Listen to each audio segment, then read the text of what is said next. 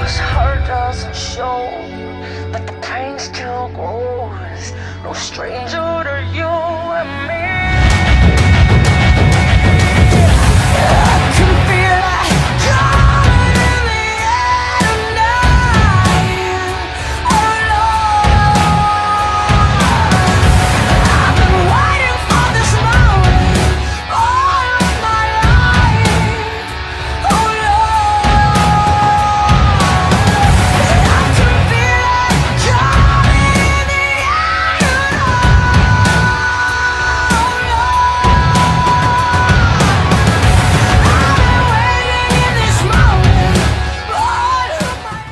Tonight's Piqua Sidney football game takes center stage in the Miami Valley as the Yellow Jackets bring a 5-0 record to Alexander Stadium, while the Indians are fresh off a 36-20 win over Xenia.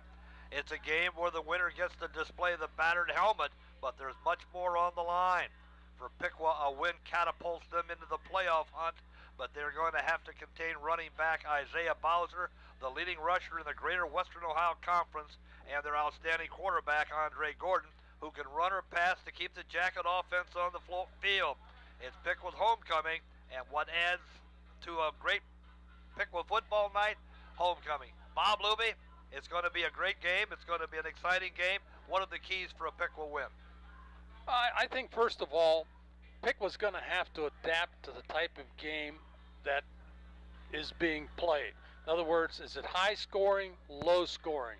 If Sidney starts putting a lot of yards and points on the board, Piqua has to, get back after Sidney and likelihood put points on the board. Low scoring game, they have to continue to play good defense.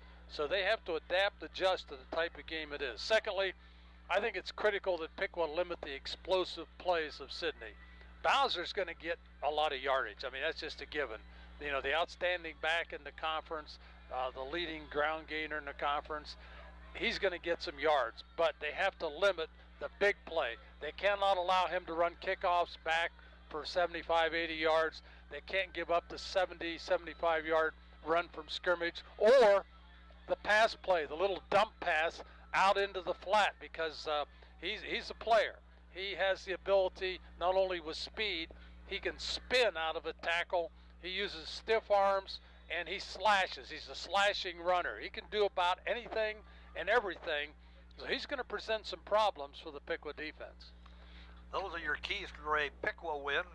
While we're waiting for the rest of the pre-game festivities, just a reminder, the referee tonight, Fred Brentlinger, the linesman Art Harper, the line judge is Greg Strickland, umpire Sean Isaac, and the back judge is Mike Reed. Beautiful night for football. Bob, what I like about tonight's game, looking across the way and seeing hundreds and hundreds of Sidney fans who are following the Yellow Jackets. We haven't had much of that during this home season. Good to see some people in the opposing stands, even if they are our rivals, who represent the Yellow Jackets. While we're waiting, Bob, how about the starting lineups for tonight's game? Well, Piqua won the toss and elected to take the kickoff in the second half. So Sidney's going to start the football game by receiving the football, and we'll give you their offensive lineup. For Sidney, number 55, Dylan Smith at center. He's a 5'10", 220-pound senior. The guards, number 56, Cooper Collingsworth. He's 5'9", a 230-pound junior. And number 71, Dylan Vanderpool. He's 5'11", 273-pound junior. Tackles, number 74, Anthony Brussel. He's 6'3", a 230-pound senior. And number 53, DeMont Rucker. He's 5'9", a 251-pound senior. The ends, split end, number 80, Redtez Roberts. He's 6'2", 174-pound junior. He's probably their leading receiver, the guy they like to go to. The end on the other side, number 5, Josiah Hudgens. He's 6 foot, 165-pound junior. Quarterback, a good one, number 9, Andre Gordon. He's 6 foot 1, 180-pound junior. Running back, number 2, Isaiah Bowser. He's 6'1", a 205-pound senior. And also in the backfield, number 11, Caleb Harris, 5'10", 168-pound junior. And on the other side, out of the backfield, number 4, Darren Taborn. He's 6 foot, 161 pound sophomore. For Piqua defensively, they'll line up across the front with number 57, junior Grant Toops. He's 6'2", 224 pound junior. Tackle number 51, Brennan Toops. He's a 6 foot, 209 pound junior. Zane Arbogast, the other tackle, he's number 65. He's 6'1", 225 pound junior. And the end, number 85, Derek Height. He's 6'3", a 269 pound senior. Linebackers, number 11, Mick Karn, a 5'11", 172 pound junior. Number 23, Ben Smeezing, a 6'2", 222 pound senior. And Devin Brown, number 35, he's 5'11", 186 pound senior. Defensive backs, number 7, Jacob Bushnell, a 5'11", 183 pound senior. McKeegan Kuhn, a 6 foot, 203 pound sophomore, he's number 37. Jim Congdon, number 20, he's 5'9", 165 pound senior. And Hayden Shrub, he's 6'3", 183 pound senior, number 6.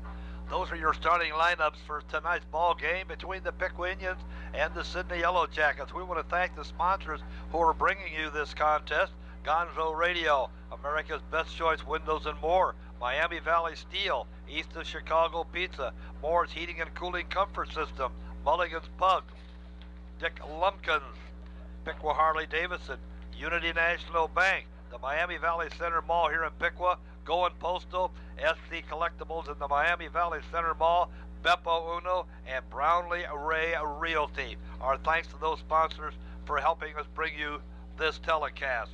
Well, Bob Luby, we've got a few minutes. First of all, I think we probably ought to mention that the officials have had the coin toss. How'd that come out? Well, as we talked about with the lineups, Piqua won the toss, deferred to the second half. So Piqua will be on defense and kick to Sidney, who will get the football. Now let's wait for the Piqua High School band. They're accumulating in the end zone, so we have a few minutes. Bob, let's talk a little bit about a couple other items. First of all, let's talk about the computer ratings that have been out now for a couple weeks. You've got a couple observations that I think are very, very interesting, not only in our division, but in a couple of the other divisions. I think the most interesting is Division I, Region 3. Of the 11 top teams, 7 of them are from this immediate area and all from our league. Centerville's in first place in Division I, Region 3. Hilliard Bradley's in second place. Wayne is in third. And as we talked about in the pregame show, Wayne and Centerville are going to lock horns tonight. A lot of points will be won by the winning team in that game. Pickerington North is number 4. There's a tie for 5th place between Fairmont and Beaver Creek. So then we go from 5, since there was a tie, to 7th. Reynoldsburg's in 7th. Springfield's in 8th. Northmont's in 10th. And Miamisburg is in 11th. So there's an opportunity for a lot of local teams to make the Division I playoffs in Region 3. In Division 2, of the top 10 teams, we only have 2 from our immediate area. Sidney's in 4th place, Piqua's opponent tonight, with 10.85 points. And Troy is in 10th place with 6.11 points. Number 1 in that region is Cincinnati LaSalle. Number 2, Cincinnati Anderson. Number 3, Cincinnati Winton Woods. Cincinnati has dominated the top 3. We dropped down to 4. We said Sidney. Edgewood's number 5. Belmont, number 6. They're still undefeated, I believe. I believe they are. Harrison, number 7. Chillicothe, 8. Asheville, Taze Valley, 9th. And Troy, 10th. Well, Bob, looking at that particular region, seeing Troy at number 10, they've got a big game tonight with Tip City. Troy win tonight, that can only bounce them up just a little bit, maybe in contention. Yeah, a lot of things can happen. You know, you got 4 after tonight. You have 4 games left in the season, so a lot of movement can happen. Division 3, where Piqua is, of course, Piqua's 19th, so they have a lot of ground to make up. But Trotwood's right at the top of the heap with 14.6 points. Franklin's number 2, another Piqua opponent, They have 11.25 points. Cincinnati McNicholas, third place. Tied for fourth, Bellbrook and Goshen. Sixth place, Dunbar. Seventh place, Wapakoneta. Eighth place, Wilmington. And ninth place, Tip City. So Tip comes on strong at the end of the year. They have a chance of jumping up into the playoffs. Well, there are a lot of teams that still can make it, but Bob, I tend to think we have to be brutally honest. A win here tonight, Piqua over Sidney, gets Piqua right in the hunt. A loss, I'm afraid, is going to hurt them drastically. Oh, yeah, Piqua loses tonight. I don't see any possible way they're going to get into the playoffs. Unfortunately, the teams they have beaten are not having good years. Meadowdale, I think, won one game, and let me see who else. We had West Carrollton. West Carrollton has Xenia. Xenia hasn't won any, and of course the other two teams. I think it was Stebbins in there someplace, wasn't it? I'm not sure who the other team is, but no. Bob, out of the games at Piqua, there just aren't enough wins right now. No. And as you look at the last four, somebody's going to have to get awfully hot. Everybody's 3-2 or 2-3. Yeah, and just not a lot of points to be accumulated in that kind of situation. So again, it's tough, but that's the way that, the playoffs go, and everybody likes the system for the most part, so you have to live with it. Well, again, we're back at Alexander Stadium. Dwayne Bachman and Bob Luby. It's homecoming night, and the homecoming festivities are going to be taking place at the half. We'll be bringing you all of those festivities and the crowning of this year's homecoming queen, and I'm sure you'll be looking forward to that, along with the halftime activities of both of the bands, and that should make for a very, very interesting halftime here at Alexander Stadium. Bob, let's take a look at the Piqua offense and the Piqua defense. Offensively, what are we going to have to do? Well, I think obviously we're going to have to get on track and move the football both on the ground and through the air. You can't be one-dimensional against a good team like Sidney. And I think Piqua can move the ball on Sidney. Sidney has given up a lot of yardage, a lot of points this year. And, their defense, they allow like 392 points or yards per game, 253 rushing and 138 passing. So they're susceptible to a team being successful running against them. St. Mary's had 402 yards against Sidney. Bell Fountain had 554. Both those teams lost to Sidney. Yeah. Xenia had 596 yards and lost to Sidney. And even Carroll, who was really, really dominated by Sidney, they had 219 total yards. So people have been able to run the football very successfully against Sidney. What about the kicking game? What about special teams? And what about another factor that you and I talked a little bit about it, and that is the tackling, the crisp tackling, because with Bowser, you're not going to get too many shots at that young man, or he's going to be by you. Well, special teams always play a big part in any football game. And Piqua struggled at times on a kickoff, covering the kickoff, and Bowser's one of the guys back there. And, of course, Sidney wants him to get the ball on a kickoff. So I don't know what the strategy for Piqua will be to try to bounce it down, try to line drive it, maybe even kick it out of bounds, even though the opponents gets the ball on the 35 if they take the penalty. Now, some teams refuse the penalty, make you kick again till you kick it to them. But I think that's going to be a concern. The extra points, a missed extra point here and there in a close ball game obviously makes a big difference. Well, it's going to be interesting. And again, we still got about 4.5 minutes before we kick this one off. But right now, we're getting ready for a very special moment here at Alexander Stadium. I think it was yesterday, Bob, a young man, Mark Goffney, who played football for Sidney, was killed in a very, very terrible accident, falling off a tower. And I think right now we're going to ask everybody in the stadium to promote a moment of silence for Mark Goffney.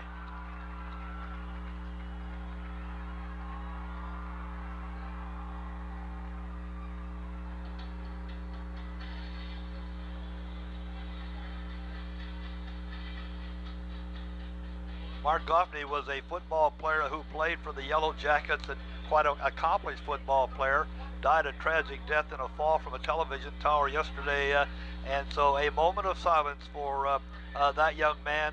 Well done here at Alexander Stadium. Fans on both sides stood for that moment of silence for that young man and his family. Bob, another thing we want to talk about is basically whether or not turnovers could be a factor here. Turnovers the Indians have been pretty good in that turnover department, and after 5 games, it'll be important tonight that turnovers don't become the difference. Yeah, in a game like this, you can't afford to put the ball on the ground, and passing the football. I know Piqua's quarterback Austin Davis only has 2 interceptions thus far this year. He throws the ball very well, and I think for the most part the running backs have held on to it. And I think that's going to be a factor in tonight's game, because teams are taught anymore to tackle the football. They use their head as a battering ram, and you really have to secure that football once you have your hands on it. At this time, the fans at Alexander Stadium are asked to stand for the playing of our national anthem, the Star Spangled Banner. Performing that the national anthem is the Pride of Piqua Marching Band.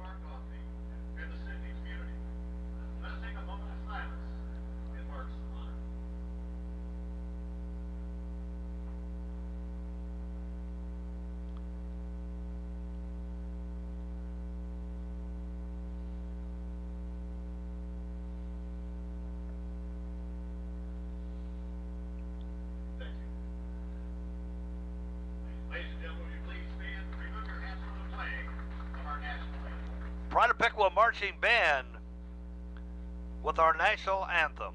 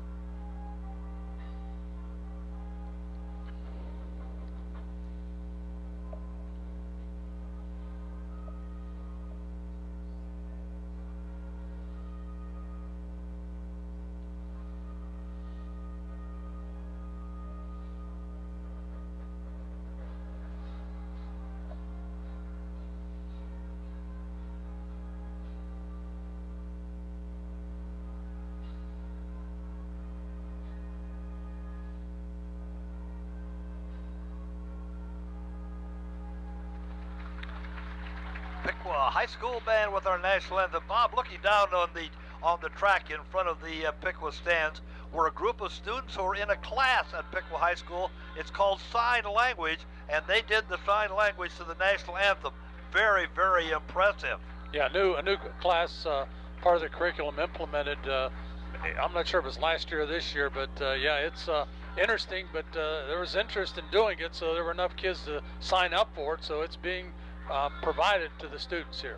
And there's going to be a special presentation between the first and second quarter. We'll bring you up to date on that as we get closer to that particular intermission. The Piqua High School Band finding their way off the playing surface, and we're just about ready to get this one underway. Glad you've joined us.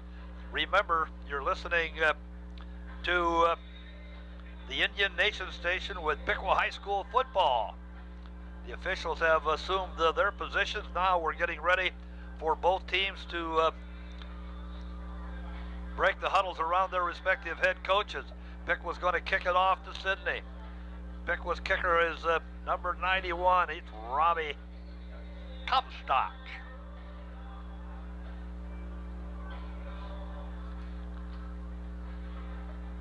Here come the Indians out on the field. Number 91 getting ready to tee it up. Deep for Sidney is number, Bob, I think I've got number 3, and I think I've got number 2. Number 2 and number 3, if I'm reading this right. Number 2 is Isaiah Bowser. Number 3 is Joshua Hartland. Let's see if Comstock kicks it deep or kicks a squibbler and tries to keep it out of the hands of those two speedsters. There's the whistle. Here comes Comstock kick, and this ball game's underway. It's going to be a squib kick. Going to be picked up by number, let's see if we can pick up his number. He's under a pile of blue jersey. Let's see who it is, because he took a pretty good jolt. Bob, who was it? 22, and that was Christian Townsend. So the Jackets go on offense. They've got the high-powered Isaiah Bowser, quarterback Andre Gordon. They're the key players, but they've got plenty of helpers. You don't get 5-0 with doing it with two players. So let's see what happens as they come out of the huddle for the first time. Sidney with the football. Ball resting on the 36-yard line. Gordon, we have a penalty on the first play. Is that a timeout by Piqua? Or That's what its signal Piqua was, took yeah. a timeout before the first play. I'm not exactly sure, unless one of the coaches saw something that he didn't like. In fact, I think Bill Neese right now is protesting that he really didn't call a timeout, and now the official's going over to the referee, and I'm not at all sure that Bill Neese isn't going to get his way. I think Bill basically said, I didn't call timeout, hadn't even snapped the ball for the first time in the game. Let's see how they rule on this one. It doesn't seem like he's getting any attention now. No, he certainly is not. I'll be real honest with you, Bob. There's inadvertent whistle. Timeout was called, I think, is what he said, didn't it? Yeah. So that timeout against Piqua, the very first play of the game, before the first snap of the game. He also said it was an inadvertent whistle. Here come the Jackets now up to the line of scrimmage. Gordon hands it off the mouth. No, Gordon's going to keep it, going to go around the right side, getting some running room, goes around the right side, gets away from a couple tacklers, goes all the way to the Piqua 40-yard line before he's knocked out of bounds after about a 20-yard gain. Good job of running the football by Sidney's quarterback, and he's an athlete, number 9, Andre Gordon. Faked to the dive back, just kept the football, got out on the perimeter, and turned on the Jets. 1st and 10 for Sidney. They're on the Piqua 40-yard line.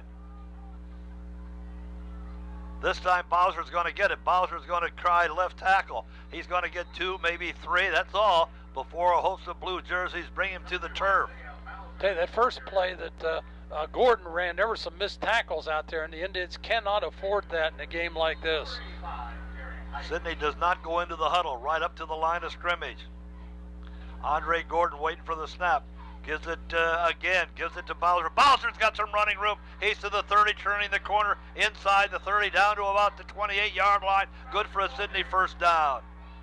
Well, they're certainly supporting their statistics. They're coming out and moving the football.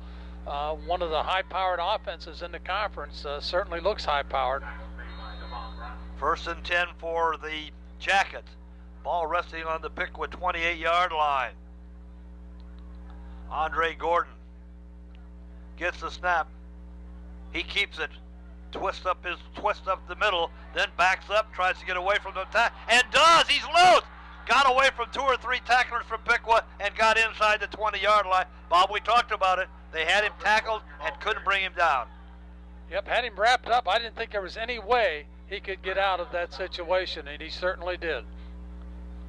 Now, wait a minute. I think maybe they're not moving the sticks. I did not see a penalty.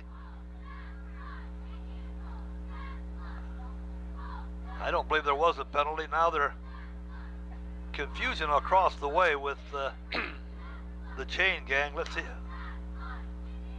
There was a penalty against Sidney. So penalty goes against the Jackets. They're going to respot the football. This game looks like it doesn't have much semblance of order at this point. I didn't even see a flag on the field. I didn't either, Bob. They're going to move the ball back to the 29-yard line, where it's going to be first down and 11 for Sidney. Gordon waiting for the snap. Hands it off to Bowser. Bowser off left tackle, gets to about the 26-yard line. a little bit beyond the original line of scrimmage. Let's call it 2nd down and 9. Sidney doesn't waste any time with the huddle, Bob. No, they keep you on your toes. You have to be ready. They run this fast-paced offense and keep it moving. Jackets with the football. 3 wide outs to the far side. Gordon back to pass, looking downfield, being chased by a couple blue jerseys. Looking downfield, tries to find somebody, and he did. Finds a pass receiver, that's number 6. That's Kenton. There's a fumble. And he fumbled the ball, and Piqua recovered it. They took it away from him. Let's see who came up with it. He caught the ball, but they took it away from him at the 15-yard line, I believe, Bob. Oh, first turnover of the game in favor of the Indians. Great job by the Indians. Let's see where they're going to spot it. They're going to spot it at about the 19-yard line. So a completed pass, a fumble, and a recovery by the Indians, and suddenly the Indians have the football 1st and 10. Austin Davis over center.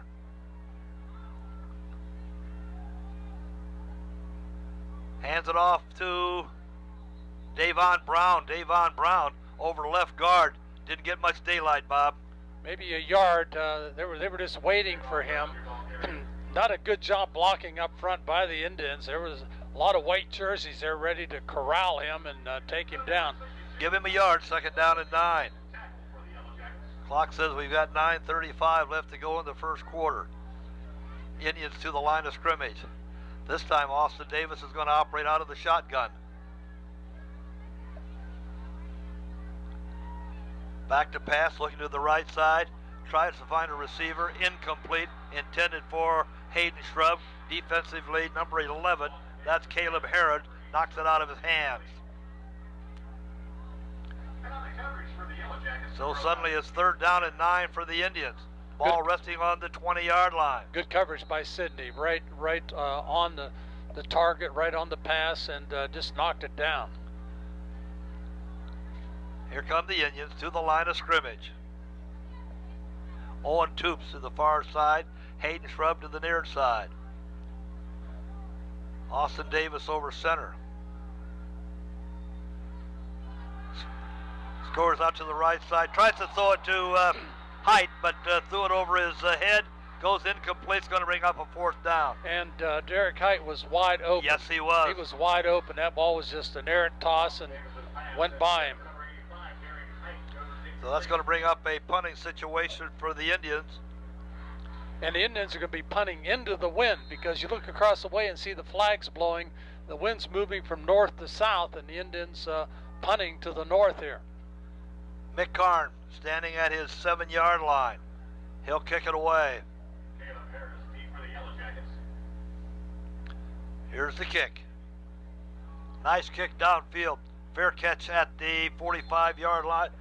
Fair catch by number 11, and that is Caleb Harris. So the Indians turn it back over to the Jackets. Jackets have it at their own 45-yard line. Glad you joined us tonight here on Channel 5.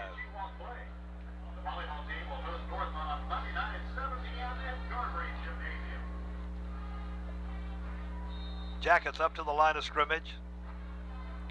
Gordon waiting for the snap, gives it out to Bowser. Bowser going to try the left side. He's got some running room. He goes all the way inside the 45-yard line down to about the 44 before he's knocked down. Let's see if it's enough for a 1st down. And they're moving the stakes. 1st and 10 Jackets. Bowser just runs hard. He's got a motor that never stops and not easy to bring down. He becomes his own blocker, just puts his head down and runs through a tackle. This time the ball goes to Bowser around the right side. He's inside the 30-yard line. Good for another 1st down. Indians go on defense, but right now it's 1st and 10 for the Yellow Jackets. No huddle. Andre Gordon Sprints out to the left side, trying to look downfield, try to find a receiver, but couldn't do it. His receiver was, I've got number 12, but don't have a number 12 on the roster, Bob. Do you have a number 12 for Sidney? I don't have him. Do not. Incomplete pass, going to bring down a 2nd down and 10.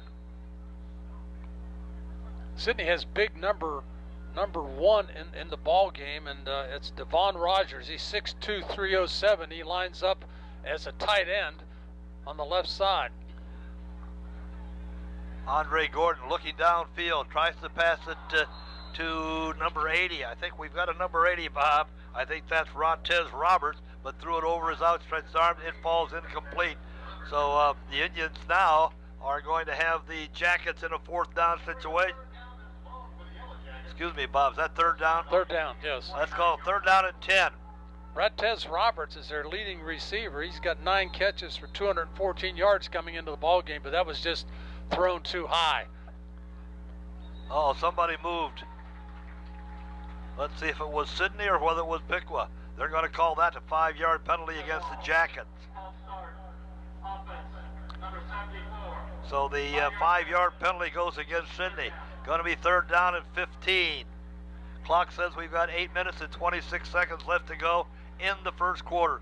Terrific crowd across the way, Bob. Oh, yeah, it's biggest I've seen over there in a while. Andre Gordon. Waiting for the snap. He's got it. He's going to pass. Looking downfield. Now he decides to run. Got some running room. Gets by a couple of tacklers, but is brought down by Ben Smeezing at about the 26-yard line. So Sidney's faced now with a 4th. Let's see whether they're going to spot it at the 27-yard line. They've got about a 4th and 8, but this is 4-down territory, so you know they're going to go for it here. Let's see what the head coach Dunges decides to do with the football on 4th and 8. They're going to pass it. Pass on the far side. Goes over to number 4. That's Darren Taborn.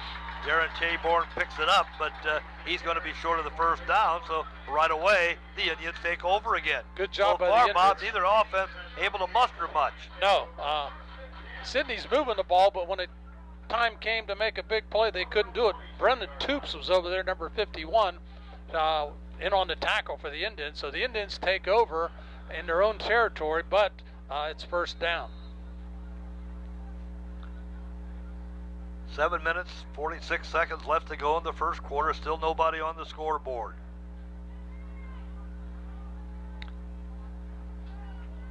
Austin Davis, over center for the Indians. Pitches it out to Davon Brown, who's trying to turn the corner. Let's see if he's going to have any luck. Not much.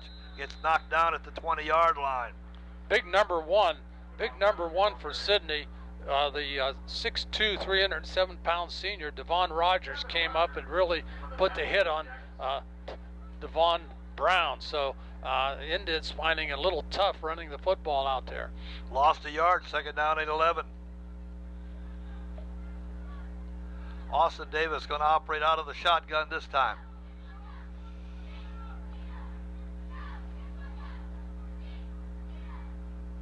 Back to pass. Little dump pass on the far side, on the near side to Brown. Brown picks it up, gets to about the 22-yard line. Short pass. I think he got back to the original line of scrimmage, and not much more than that, Bob. 3rd down and 10. You know, for a defense that gave up a lot of points during the year, this doesn't look like that Sidney defense that gave up a lot of points. I think you're right, Bob. They've been really, really flying around out there and finding the Piqua ball carrier and getting, stopping him before they could pick up much yardage. 2 wide outs for Piqua to the top side. Austin Davis waiting for the snap on 3rd down. Back to pass. Looking downfield. Got Hayden Shrum. Hayden Shrum's got it at the 35, and that's going to be good enough for a Piqua 1st down. Nice job. Hayden went up and fought for the football, and that's what one of the things that makes him a good receiver. He'll fight you for the ball, even make the tough catch, and that's what he did. So the Indians 1st and 10 on their own 35.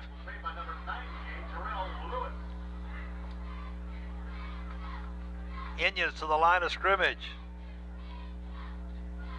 Owen Toops to the top side. Hayden Shrub to the near side. Austin Davis over center. Hands it off to Davon Brown. Davon Brown fights his way to about the 39-yard line. Sidney had 8 men close to the line of scrimmage. Their backers were up pretty tight. And in a situation like that, if Devon can break that front 8, boy, there's a lot of green grass out there ahead of him.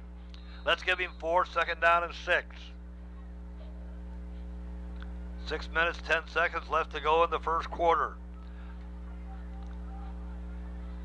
Austin Davis over center. Brown and Schmeezing are the running backs. This time it goes to Davon Brown. Ooh, Davon tries left tackle, Bob. Didn't get much. Let's see if they can give him a yard. Maybe we can give him 2. Going to be 3rd down. Going to be 3rd down. I'd say 3rd down. Let's call it 3rd down and 4.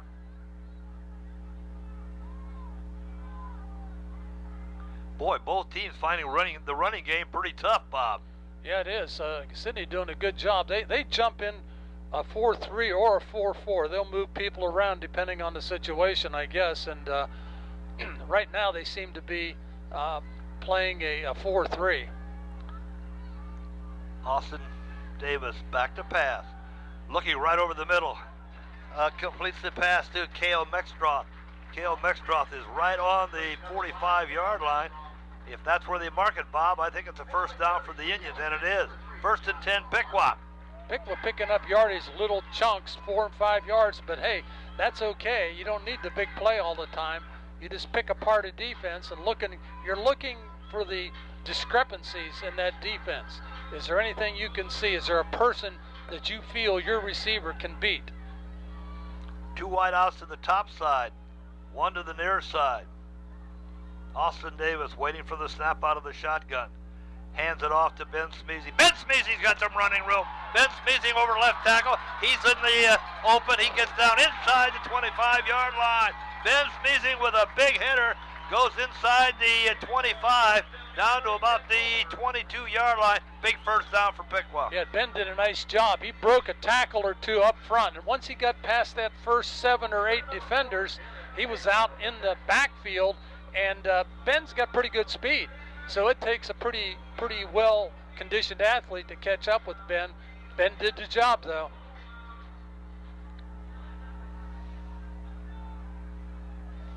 Indians up to the line of scrimmage. 1st and 10. They're driving. Hand off to Davon Brown. Davon Brown over right tackle. Got to the 20, might have gotten to the 19.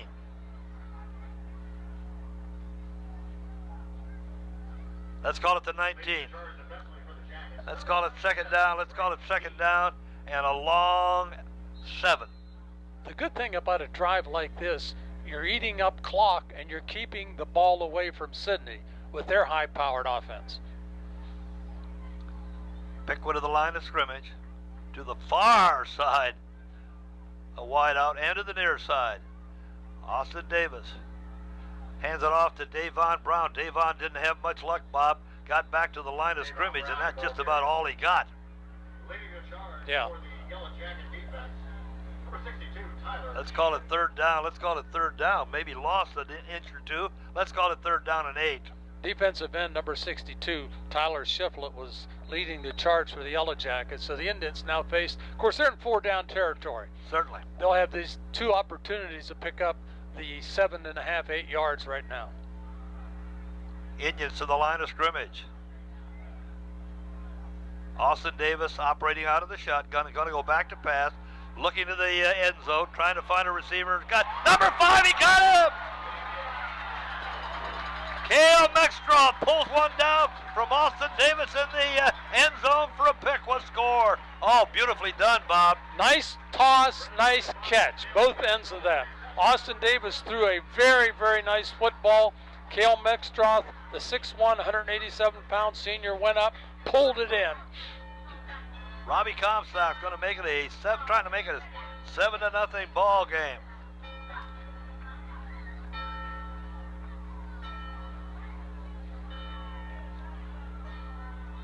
Kick is up. It is good. 3 minutes, 4 seconds left to go in the first quarter. Indians score first. They have a 7-0 advantage. Thanks to the sponsors who are bringing you tonight's telecast. Gonzo Radio, America's Best Choice Windows and More, Miami Valley Steel, East of Chicago Pizza, Morris Heating and Cooling, Comfort Systems. Bob, that was as pretty a play as you could draw it up on the board. Well, yeah, well drawn, very well executed. Mexstroth did a nice job of breaking free in the end zone, separating himself from the defender, and that's all it took. He's got good hands. Pick was fortunate to have two receivers like Hayden Shrub and Cale Mexstroth who can go up and get the football, and a quarterback that can get it to him. So nice start here for the Indians in that second offensive series. Now turn it over to the defense and see what they do with this kickoff. I like the idea of drilling it down low, not kicking it deep, not giving the Sidney Isaiah Bowser, number 2, the opportunity to turn on his jets and run it all over the field. Bowser's deep with Caleb Harris for the Indians. Let's see what the Indians decide to do. Robbie Comstock waiting for the whistle from the referee. Here it comes. Another squib kick. They're keeping it away from the big guy. Oh, down to number... Boy, he was knocked down by Mick Karn. That was number 37. And number 37 is Christian Retterer. And I think he felt that one. And Good Mick coverage. Karn put the hit on him. Mick's an athlete, and Mick covers a lot of ground quickly. He got downfield and was right there. As soon as the Sidney ball carrier picked it up, he was drilled. So the Indians go on defense. Here come the Jackets. Everybody's staring at the Sidney sideline for the play as Andre Gordon waits for the snap. Hands it off to number 2. There's the big guy.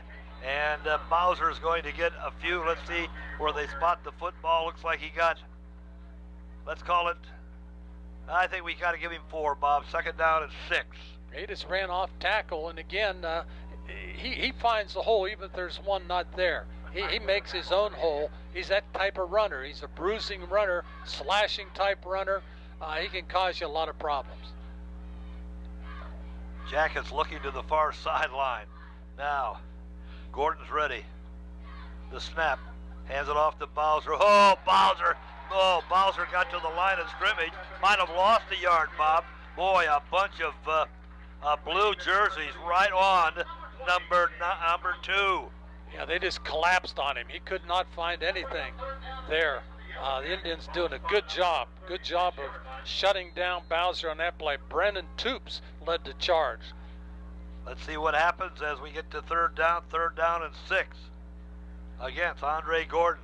Back to pass, looking downfield. Can't find anybody. Now he decides a little dump pass off to Bowser. Bowser's got it. Goes across midfield down to about the 48-yard line. Good for a Sidney first down. There's that little dump pass, Bob, you talked about in the pregame. Yeah, and you have to cover Bowser. He was just sitting out there in the flat, and Gordon, the quarterback, looked, didn't see anything, so he just dumps it out to the right. And Bowser's quick enough. He picked up the yardage before he was tackled. Here come the Jackets, ready again. Bowser's going to have the football. He's going to get about 5, maybe 6 as he comes across the 45-yard line down to about the 44. Let's give him 4, Bob. Let's call it second down and 6. The Indians with a 7-0 advantage as we wind down the first quarter of play here at Alexander Stadium. Gordon. Back to Bowser. Oh, Bowser's got running room right up the middle. Gets inside the 40-yard line down to about the 35. Another first down for the Jackets. I'll tell you, he touches the ball a lot. And obviously they want him to touch the ball a lot because he's a dangerous ball carrier, can cause you problems. They want to throw it to him. They want him to run it. And he never wears out. He keeps coming back for more. The big 300-pounder lined up behind the line of scrimmage as a blocker. Hand off this time to Bowser. Bowser carries a couple defenders to the 30-yard line. Looks like he got about half as many as they needed for a first. Let's call it second down. Let's call it second down and 5. 40 seconds left to go here in this first quarter of play. The Indians with a 7-0 advantage.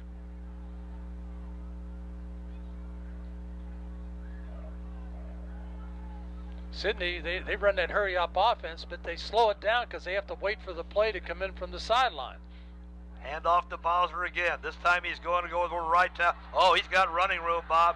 He's down to the 5-yard line. Bullies his way in for a score. Oh, my. 3 missed tackles along the way. Isaiah Bowser. 3 Indians had a shot at him, and he ran through. They were arm tackles. You can't arm tackle Bowser. You got to get a helmet, got to get a shoulder, got to get your body into him. A 30-yard touchdown run by Isaiah Bowser, 6'1", 205, and he made it look easy, Bob. Here comes the extra point. The kick is up, and it is good. We've got 11 seconds left to go in the first quarter of play. We're tied at 7. Just a reminder, you're watching Piqua High School football on the Indian Nation Station. You're home for Piqua Athletics. Well, we talk about the importance of good tackling, and you didn't see it on that last run by Bowser.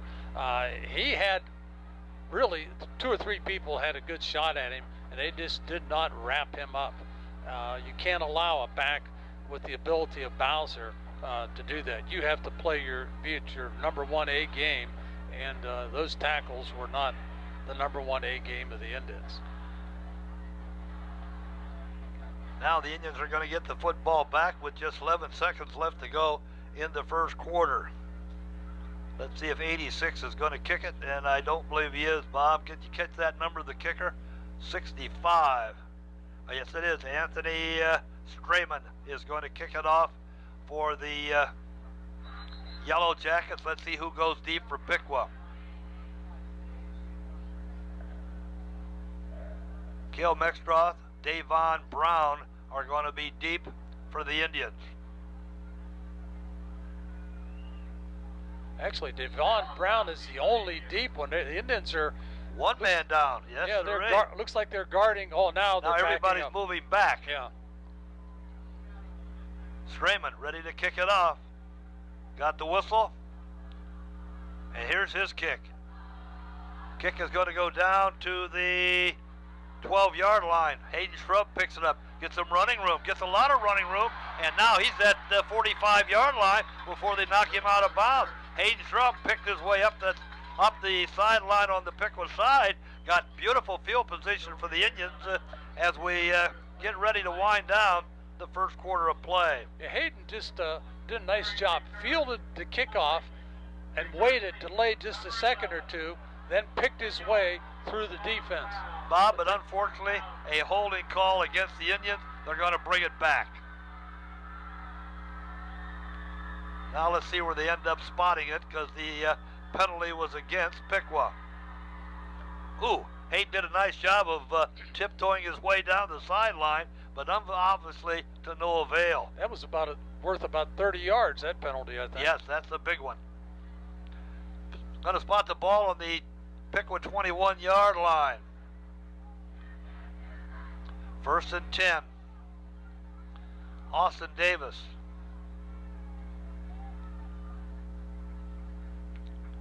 Waiting for the snap. Hands it off to Ben Schmeezy. Ben doesn't have a chance, Bob. Knocked down probably for a loss of a yard. Looked like number 4. Yeah, Rogers for Sidney in there and made the stop.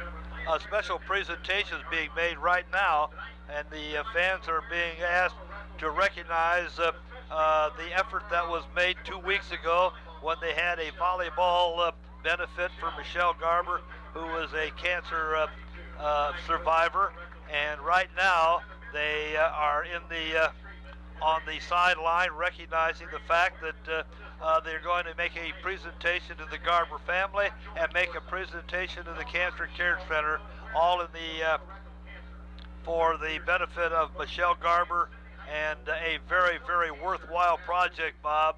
And I think everybody involved, both students and community, should be thankful for everything that was done to help this family out.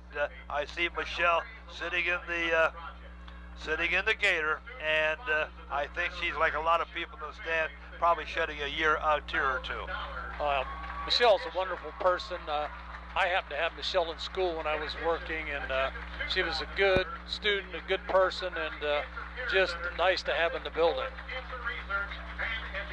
So a very, very wonderful gesture, and everybody's to be commended for the effort to help this family and the Cancer Society.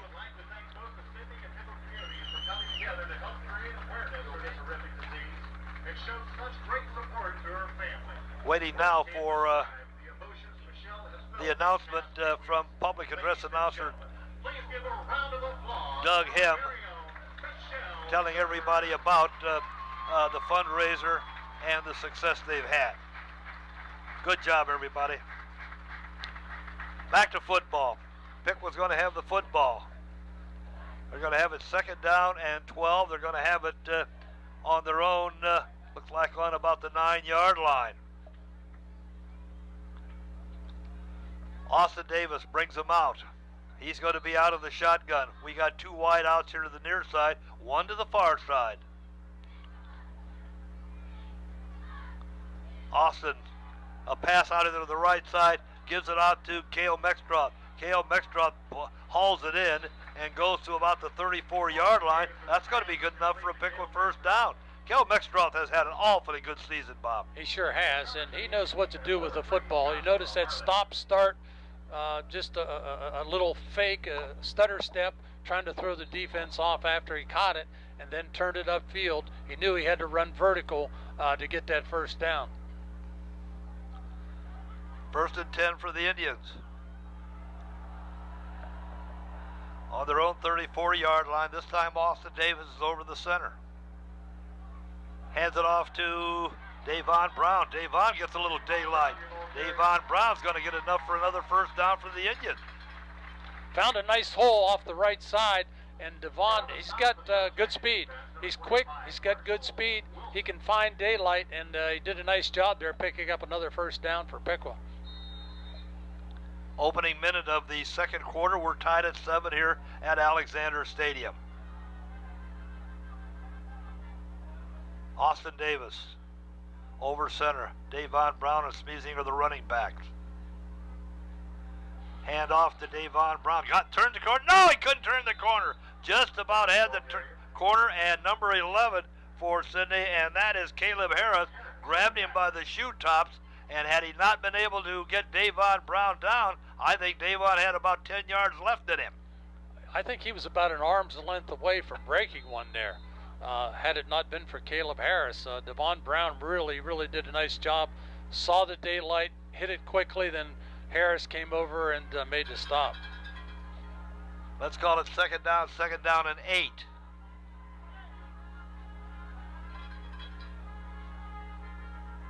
Austin Davis hands it off to Ben Smeezing.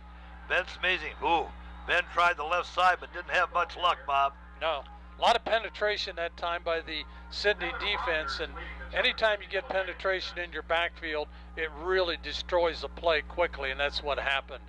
So Ben didn't have much room to run, so now the Indians faced with a 3rd and long, 3rd and about 8. The ball, well, it's resting on the, looks like the Piqua 47-yard line. Let's see what happens as the Indians come out of the huddle. Austin Davis is going to operate out of the shotgun. Back to pass, looking to the left side, tries to find a receiver, and he's got a receiver in the Cale Mextroth. Cale Mextroth, I think, coughed it up, and I believe Sidney recovered it, Bob. Yep. It's on the far side. We can't see it very well, but everybody jumping up and down for Sidney. I believe they recovered Cale Mextroth's fumble. Yeah, that's unfortunate because that was not a first down, but it would have put Piqua in a good field position to punt the football and keep Sidney pinned deep in their own territory. Ball resting right on the midfield stripe. Jackets ready to put it in play. 9:40 left to go. We're tied at 7. Andre Gordon waiting for the snap. Looks to pass on the right side. He's got a receiver. That's your number 80, Bob. That's Rutez Roberts. He's caught a few this year from Andre Gordon. Got that one for about let's call it 8 yards. Yeah, nice job. Nice throw, a nice catch by Tez Roberts. He's their leading receiver and the guy they like to go to when they throw the football. Second down. Here comes Bowser. Bowser bullies his way to the 40-yard line. Going to be awfully close to a first down. Bob, I'm a little surprised that they've passed as much as they had with Bowser's running ability and with Gordon not running much himself. But they're putting it in the air. However, you might not want to be critical of success. No, and you loosen up a defense when you throw the football, too. You take them out of the run blitz, and you make them more conscious of, hey, we can do other things besides run the football. Third down and less than a yard. Gordon. He's going to hand it off to Bowser. Bowser is going to get a yard, maybe 2 yards, but enough for a Sidney first down. So the Jackets hold on to the football. Here comes big number 1, Devon Rogers. He's a 300-pounder who lines up behind the center and for all practical purposes is a blocking back. I don't think he's a running back, Bob. I don't think so. I don't think they want him carrying the ball much, but he can knock some people down coming out of that backfield. This time Gordon to the right side, looking over the middle. He's got a receiver. He's got a receiver number 12. And again, we don't have a 12 on the roster, but completed pass, going to be good for a Sidney first down. Jim Congdon came up and made the stop, but not until Sidney picks up a first down.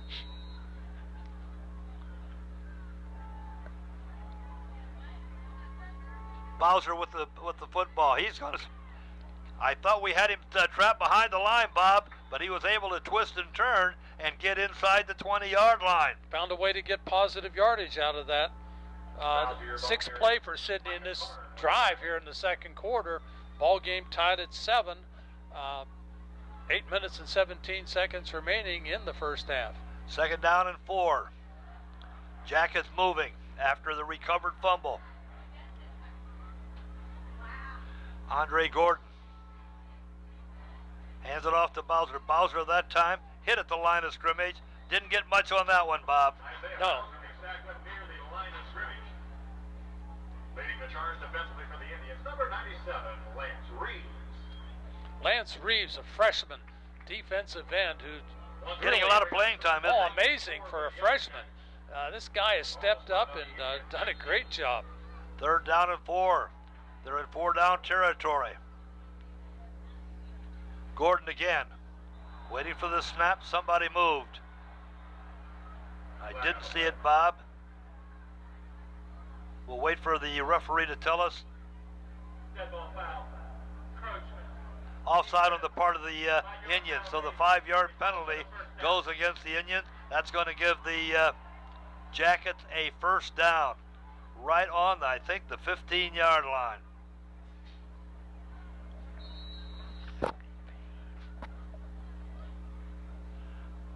Gordon back to pass, over on the right side, gets it off to Darren Taborn. Darren Taborn to the 10-yard line. A lot of action, not taking anything away from that. Looks to me like a first, no, looks to me like about 6 or 7 yards. Yeah, it was a well-thrown football, but the Indians got out there a little late, but covered it, and it's going to be a second down now for the Yellow Jackets on the Piqua 9-yard line. Gordon throws a pretty good ball, Bob. Oh, he does. Gordon waiting for the snap. This time he gives it off to Bowser around the right side. It doesn't look good. Bowser gets inside the 5, and I think down to the 2. Boy, he's a man, Bob. He's a man. Oh, he's strong. He's a strong runner, has good speed. Everything you want in a running back. Does a lot of things well. You have to like his motor. He's got that motor grinding all the time. Finds daylight, runs vertical. A very coachable young man. First and goal for the Jackets are on the 1. Bowser. I think Bowser's going to take it into the end zone, and that's exactly what it is. Bowser right up the middle for the touchdown. So the Jackets take the fumble and turn it into 6. Let's see what happens on the PAT.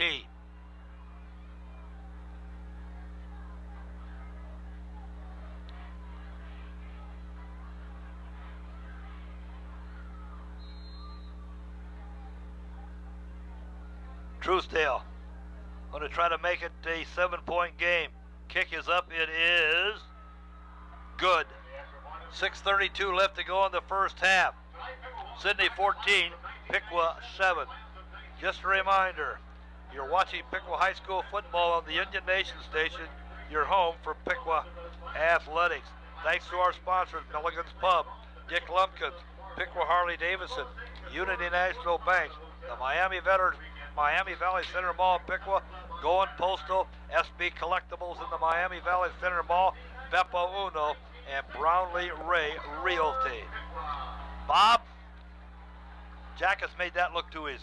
They did, and of course we gave it to them in a pretty good situation, right at midfield. They were halfway there when they started, and that's the kind of thing you cannot do against a good football team. That fumble put Sidney in a very, very good position. So the Indians now, with 6:32 left in the first half, if they can go in either down 14-7, or if they're fortunate enough to score here, they're going to get the ball when they come out in the second half. And that's going to be a plus. But they can't give the ball back to Sidney and make it a situation where Sidney can punch another one in. Anthony Strayman's going to kick the ball away for the Yellow Jackets. One man deep for Piqua is Davon Brown. Last kick was not to Davon Brown. It was a squibbler. Let's see what they decide to do right here. The whistle, and here's the kick. Kick is going to go down. It's going to be picked up at the 12-yard line by Cale Mextroth. Cale Mextroth is still on his feet, but goes down right at the 20-yard line. So the Indians are going to have the ball 1st and 10 on their own 20-yard line. Indians trail 14-7. Glad you've joined us tonight. Dwayne Bachman, Bob Luby from Alexander Stadium. And Bob, a perfect night for football, and there must be 2,000 or maybe 3,000 people across the way that came up from Sidney. I like the crowd. Oh yeah, I'm guessing closer to 3 because boy, those middle sections are pretty much filled. Let's see if the Indians can come back after giving up the touchdown. Austin Davis over center.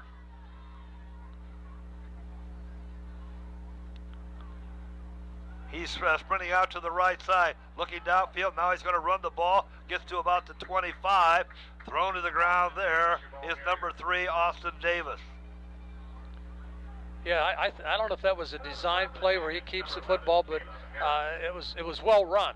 In other words, fake to the dive back, drew the defense in, and he came out on the perimeter, just turned it upfield, picked up 5. 5 yards on first down is what you want to do. 2nd down and 5. Here come the Indians up to the line of scrimmage. We got Toops to the top side and Hayden Shrub to the near side. Austin Davis over center with 2 running backs. He hands the ball off to Javon Brown. Javon tries right tackle.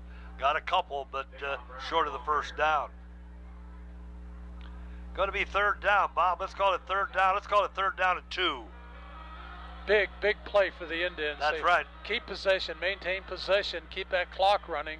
5 minutes and 19 seconds left in the quarter here. You don't want to turn the ball back to Sidney. Indians to the line of scrimmage. 1 wide out to the top side, 1 to the near side. Davis, and a whistle. Timeout by Sidney. So Sidney takes a timeout with 5:01 left to go here in the first half. Indians trail 14-7. Sidney was a little confused that time. I'm not sure they were moving their linebackers around. I don't know whether they coach didn't like the way they were lined up, I think, against the Piqua lineup there. So he took a timeout and said, let's talk it over. We're going to stay right with you after the half for the homecoming festivities as we see all of the homecoming couples and decide or hear who is the 2017 homecoming queen for Piqua High School. Indians huddled around Bill Neese, and the Indians ready to come out. Bob, they need to keep the ball. Plenty of time. Still have 5 minutes left to go in the second quarter. This is, I think, a critical down for Piqua, yeah. just because of what I mentioned. maintain possession, ball control, don't give it back to Sidney. So 3 yards is critical right here. Let's see what Bill Nace decides to do. Austin Davis is going to be over center. Davon Brown, Ben Smeezing are the running backs. Hand off to Davon Brown. He had some running room, and somebody tripped him up, but he had enough to get a first down from Piqua. Nice somebody job. Tripped him up, I think maybe got him by the shoe tops, Bob, but enough for a first down by Davon Brown. You know what I liked, and it's a drill running backs use, had that hand out in front of him. He was starting to lose his balance after he was hit, but he had the hand on the ground to keep his balance, and he picked up an extra 3 or 4 yards on that play. 1st and 10 for Piqua. Ball resting on the Piqua 37-yard line. Austin Davis brings them up to the line of scrimmage.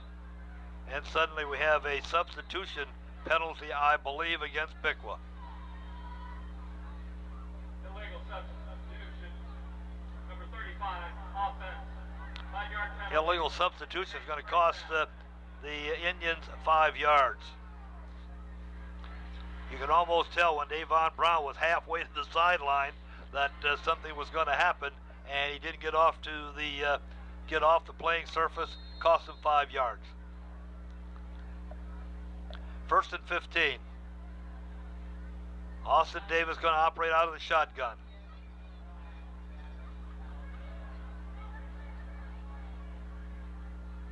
Going to go back to pass. No, he hands it off. Hands it off to Colin Rowe, who was a wideout. Colin Rowe came across and got. Boy, Bob, I'm not so sure he got anything, did he? No. Or did he lose a couple? He lost yards? a couple. Sidney played that very well. They got off the football and just were waiting on Colin, and he couldn't even get out to the edge. They threw him down. Would you call that a reverse? No, I would just call it's a little toss pass. They put a man in motion and just toss it to him as he comes by the quarterback.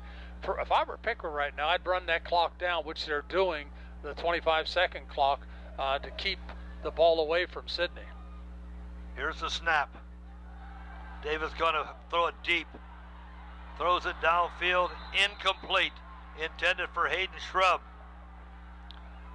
Piqua sideline thought there was interference, but no call. So that's going to bring up third down. Third down. Let's call it third down and 17.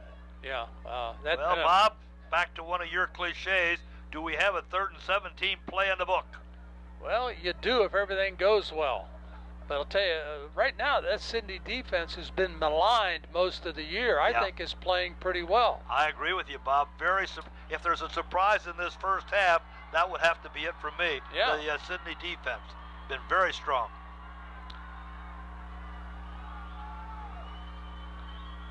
Davis back to pass, getting some pressure. Oh, he's going to be sacked inside the 20-yard line. Austin Davis will be dropped in the Indian backfield. Held on to the ball too long. That's one you have to throw away. You have to get rid of it. And again, that clock continues to tick. But right now it's a 3:10, and the Indians have 25 seconds. They could run 25 more seconds off the clock, which they should do. They haven't started the 20. There it is. It just started now. Mick Karn going to kick the ball from Piqua. He's at his 7-yard line.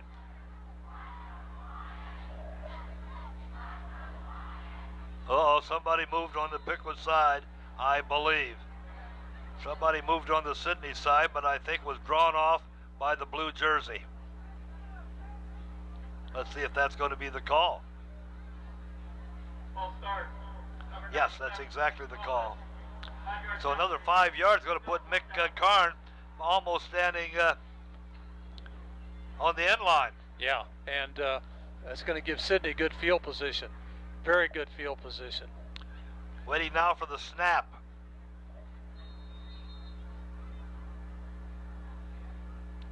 A little high, but Mick brings it down.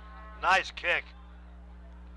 Going to be taken at the 46-yard line, and that is being handled by Caleb Harris. So the Indians turn it over, so Sidney's going to get the ball with 2:37 left to go in the first half. The Yellow Jackets with a 14-7 advantage. A reminder, you're watching Piqua High School football on the Indian Nation station. You're home for Piqua Athletics. Here come the Jackets up to the line of scrimmage. Boy, 3 wide outs here to the near side, 1 to the far side. Andre Gordon waiting for the snap. The mysterious number 12 is off to the right side. Gordon's going to run it. Going to try to cut back in, gets a few running steps, but is knocked down just short of the midfield stripe. Tried to wiggle around that time, Bob, and ran out of white jerseys, and all of a sudden encountered a bunch of blue ones. And what they try to do is spread you out and make it appear that they're going to throw the football. Then the quarterback, who's a good athlete, by the way, keeps it and comes out on the perimeter. Gordon with the snap, hands off to Bowser. Oh, Bowser bobbled it, brought it back. Oh, has he got running room? He's got running room off to the far side, inside the 35-yard line. Bob, he was all by himself out there for a split second. Indians ran him out of bounds. They're going to spot the ball inside the 35-yard line the way it looks. Good enough for a Sidney first down. And now the clock says 2 minutes left. Plenty of time for the Jackets. Indians are going to have to tighten up the defense right here. Gordon with the snap. Hands it off to Bowser. Bowser gets it all the way down to the 30-yard line. He's going to get about half as many as they need. Let's see if that's, let's call it second down and 5. 1:45 left to go right now. The clock isn't a factor here for both sides. Gordon. Off to Bowser again. No, I don't know if that was Bowser or not. I believe it was. Bowser gets inside the 30, but short of the first down. He must be a well-conditioned athlete because he gets a lot of touches in a ball game. Let's call it third down. Let's call it third down and a long 2. Hand off to Bowser again. Can he turn the corner? Being chased by number 20. Number 20 from Piqua ran him out of bounds. Nice work there by Jim Congdon. Had him and knocked him out of bounds, so that's going to bring up a 4th down. If he had gotten away from Jim Congdon, he might have put enough on the turf to get us another first down. Key thing there, Jim kept him running laterally. He didn't allow him to turn upfield. And by running laterally, eventually ran out of room, was pushed out of bounds. 4th down and 3. A big play for the Indian defense.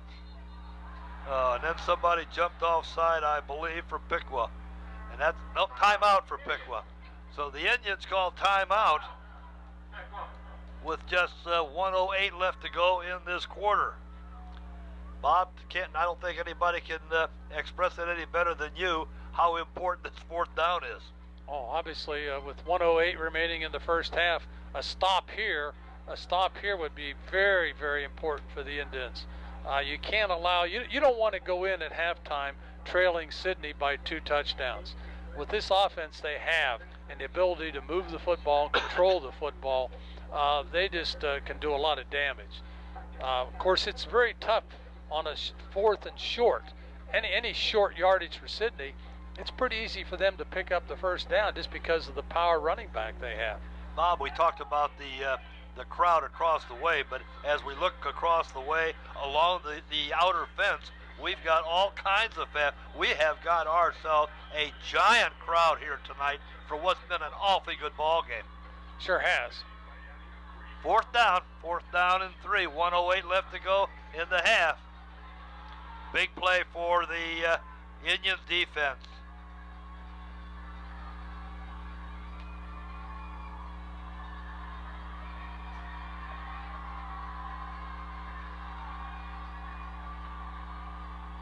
Gordon's got the ball. Gordon's going to go off left tackle. Has Gordon got enough for a first down? I believe he has, Bob. I believe they're going to move the stakes. First down for the Yellow Jackets. Clock says we've got a minute left in this first half. Gordon again. This time he's looking downfield. Now he's going to get all kinds of pressure. Now he's over to the right side. He throws the ball downfield to the 6-yard line, and whoever, I think it was number 6 who caught the ball, Bob, That was Kelton Stockton. And Kelton Stockton picked off that ball, got it down inside the 1-yard line. Yeah. You remember, Kelton Stockton is the one who coughed up the ball on the opening pass for Sidney, made up for it right there. That's what you didn't want to happen on that play. That's a big right. play. And what happens, Gordon is such an athlete. He can scramble and get out of a bad situation, and he scrambled, he ran left, turned it around against the grain, and came out to the right side and just threw the football and found an open man. There's a fumble, Bob. There's a pile-up. Now let's see what's going to happen here. I believe Bowser fumbled the ball as he went across the goal line. Let's see what, I think they're going to call that a touchdown. He must have covered his own fumble. He's getting up last, so I guess that's what that means. So with 18 seconds left to go in the first half, a tough play for the Piqua defense. They thought they had the fumble, but when they unstacked them, big Isaiah Bowser was on the bottom.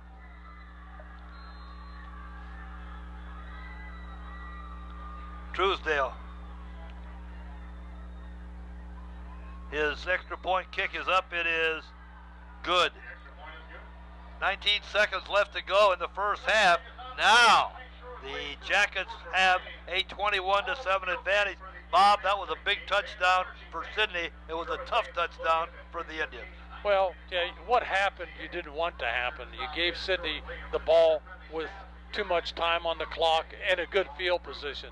The penalties, the sacks, Sidney had the ball right at midfield to start that drive, and they did what they do well. That's just move the football, and when you're the top offense in the conference, that's not very difficult to do. Let's see what happens as the players are huddled around their respective head coaches. I would imagine right now the Jackets are going to kick a squibber and just try to get to the intermission with a 21-7 advantage.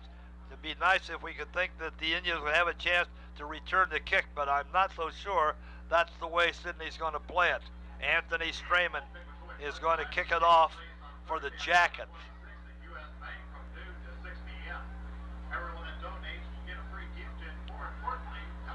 Glad you joined us tonight, Dwayne Bachman and Bob Luby from Alexander Stadium.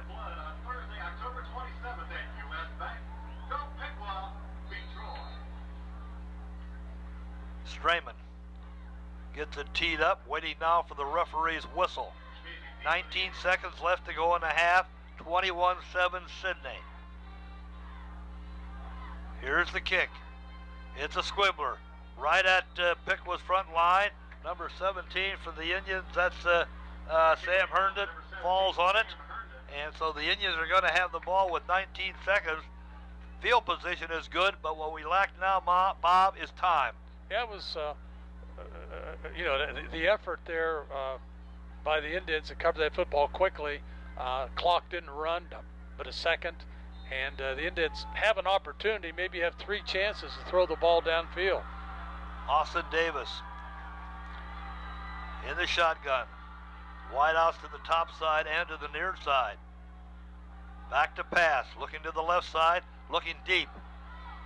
Threw it over the outstretched arms of Colin Rowe.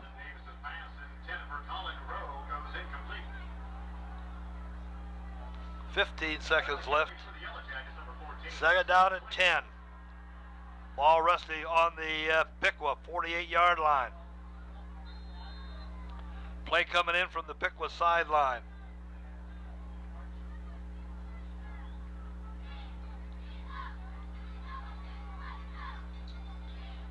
Austin Davis. 3 wide outs to the near side, 1 to the top side. Austin looking downfield. Now he's going to run, get some running room, gets a lot of running room. He's at the 40, down to the 35, and all the way down to the 30-yard line. 6 seconds on the clock. First and 10 for the Indians with 6 seconds left to go. Bob, I hate to say Hail Mary, but I guess that's what they'd call this, isn't it? I think the best you can do here is one play. Their second timeout of the half. Piqua decides to call timeout. Just a reminder, our sponsors are bringing you tonight's telecast. Gonzo Radio, America's Best Choice Windows and More, Miami Valley Steel, East of Chicago Pizza, and Morris Heating and Cooling Comfort Stations. So the Indians take time out with just 6 seconds left on the clock. They trail 21-7. We'll be bringing you all of the halftime festivities for homecoming as the homecoming couples are introduced to this crowd at Piqua. Piqua's got an awfully nice crowd, Bob, and the crowd across the way has certainly reflected a 5-0 football team. Yeah, usually when Sidney has a good football team, that's what you see. When they don't have a good football team, you might see 1 or 2 sections over there. Let's see what Bill Neese decides to do with probably will be his last play of the half.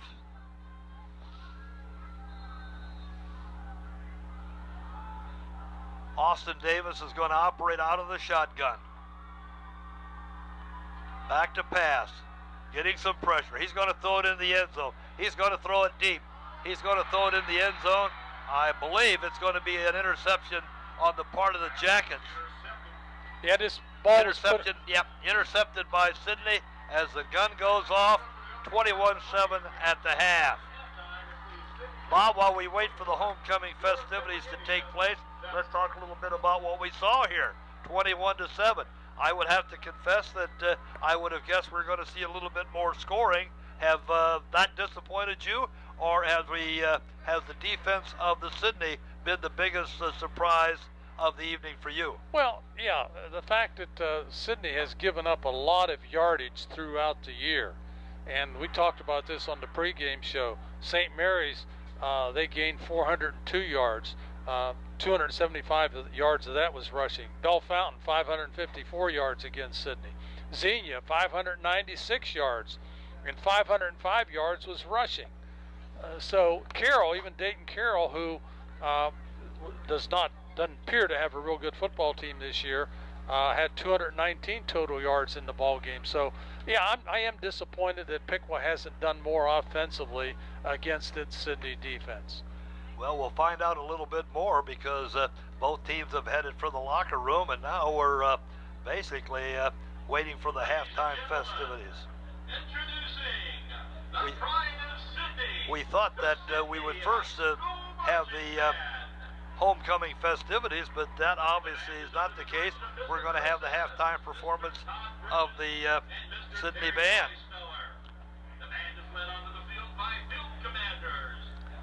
While we're waiting for the Sidney band to perform, let's take a break. Bob and I will be back after this. Tonight, the Pride of Sidney is pleased to present their 2017 show titled Crime and Punishment.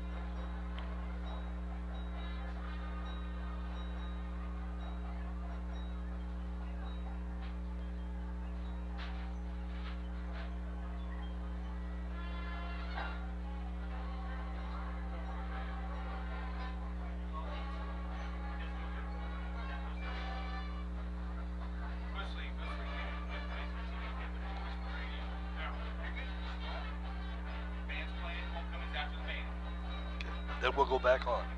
Okay.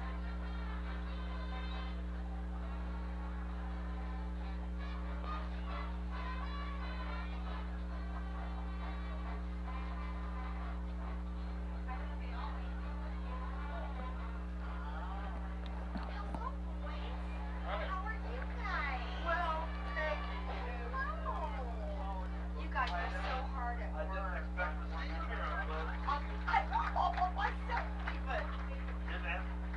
good job, huh? Yeah, he's a Kentucky babysitter. Oh, I see. Well, that's where he should be. Should Mother have a reserved space? And is it? It's a win-win. Oh, no. What? I'm sure Dan is jealous. Now I'm gonna start coming to you too. Very dangerous. Oh, she is. Yeah. Where at? I have no idea. Yeah. That's awesome.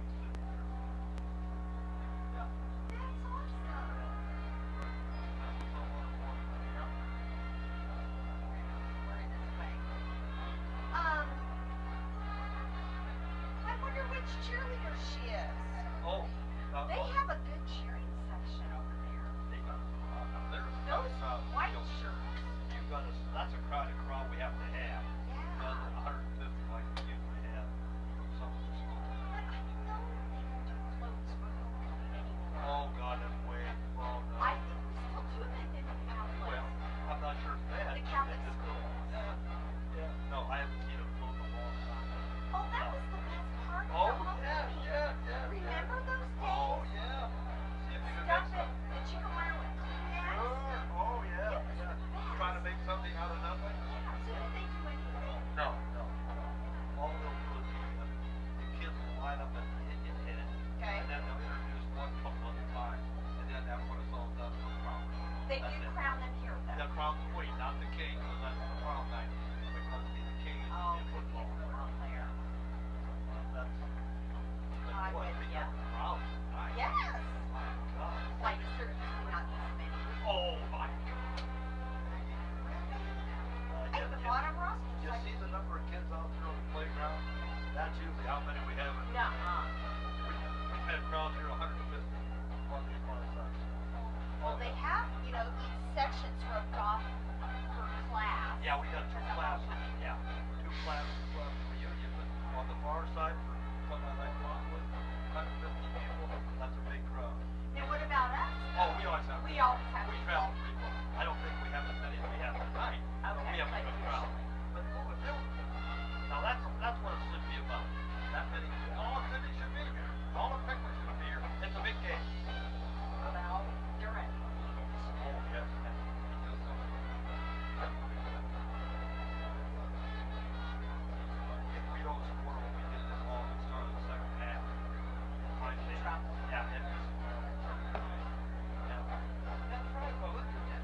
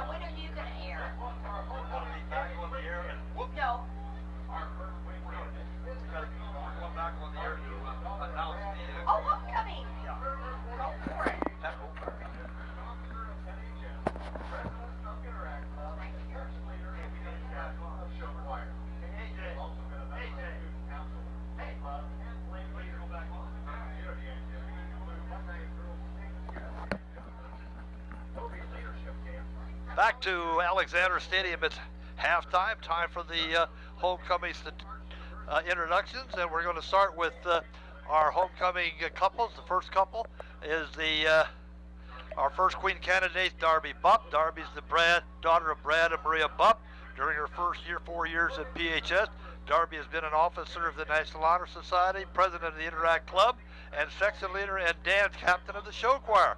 She's also been a member of Student Council, Key Club, and Link Leaders. Her community activities include Buckeye Girls State, Youth and Government, HOBY Leadership Camp, and volunteering for Special Olympics.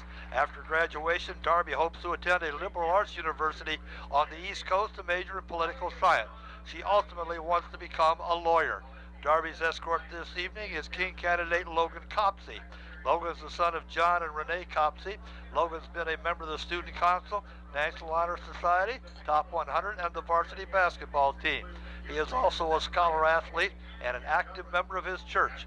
In the future, he plans to attend college and major in sports management. Ladies and gentlemen, Darby Bupp and Logan Copsey. Queen candidate number 2 is Maya Davis. Maya is the daughter of Barry and Crystal Davis. While at Piqua High School, Maya has been a dance captain for the show choir, secretary for Key Club, and vice president for Interact Club. She's also been a member of Link Leaders and Debate Club. Her community activities include youth leaders at the YMCA and youth in government. After graduation, she plans to attend Ohio State and become an orthodontist. Maya's escort this evening is Trevor Billett, who is filling in for King candidate Austin Davis. Austin is the son of Brian and Audrey Davis. He's been a member of the football and baseball teams all 4 years at Piqua High School. He's a member of the Chief Athletic Leadership Club, and he's a student aide. He helps out at Beakers Interiors. His future plans include continuing his baseball career at an understated college. Ladies and gentlemen, Maya Davis and Austin Davis. Our third Queen candidate is Mackenzie Ellerman. Mackenzie is the daughter of Chris and Joyce Ellerman. Her extracurricular activities include Link Leaders, Friends of Rachel, 4 years of varsity soccer, and serving as the soccer team captain. Outside of school, she helps with Vacation Bible School and Special Olympics. After graduation, Mackenzie plans to attend Bowling Green to study criminal psychology. Mackenzie's escort this evening is King candidate Wesley Ford. Wesley's the son of Brett and Lisa Ford. Wesley's been a member of the Sports Leadership Group, Top 100, Edison's Dean List, Student Council, and National Honor Society. He's also been a class officer and captain of the varsity soccer team. Outside of school, he's active in his church and volunteered for Big Brother, Big Sister. In his future, he'd like to attend the University of Cincinnati for communications design. Ladies and gentlemen, Mackenzie Ellerman and Wesley Ford. Our fourth Queen candidate is Asia Johnson. Asia is the daughter of Rachel and Michael Bartholomew, Donna and Greg Anderson, Greg Johnson, and Kane Platt. Her PHS activities include 4 years of marching band, 2 years of symphonic band, and 3 years of show choir. She participated in the musical Little Shop of Horrors. Last year, she volunteered at retirement homes every Wednesday. Asia hopes to attend Bowling Green. She wants to become a radiologist while continuing to pursue music on the side. Her escort this evening is Ryan Pierre, who's filling in for King candidate Brent Lemon. Brent is the son of Russell and Patricia Lemon. Brent's a member of the National Honor Society, Top 100 show choir, concert choir, and the football team. He currently serves as vice president for the senior class in Student Council. His future plans include majoring in computer science and engineering at The Ohio State University. Ladies and gentlemen, Asia Johnson and Brent Lemon. Queen candidate number 5 is Mara Lawrence. Mara is the daughter of Christina Burks and Rob Lawrence. While at PHS, she has been a member of the varsity cheerleading squad and a member of Link Leaders. She's also served as a mentor for 3 years, helping special needs kids at the high school. After graduation, Mara wants to study education at an undecided college. Her escort this evening is Gavin Stravell, who's filling in for King candidate Alexander Phillips. Alex is the son of Inian and Jonathan Phillips. Alex's extracurricular activities include football and track and field. He also volunteers in his church. In the future, he hopes to start college at Edison and later transfer to the University of Dayton to study electrical engineering.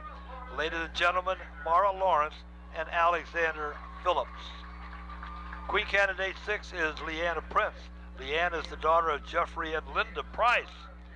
During her 4 years at PHS, she has been a member of the National Honor Society, Student Link, Link Leaders, Top 100, Varsity Soccer, and Chief Athletic Leadership Committee. She has also been a scholar athlete. Outside of school, she volunteers at Green Street Church and is part of the Team Youth Group.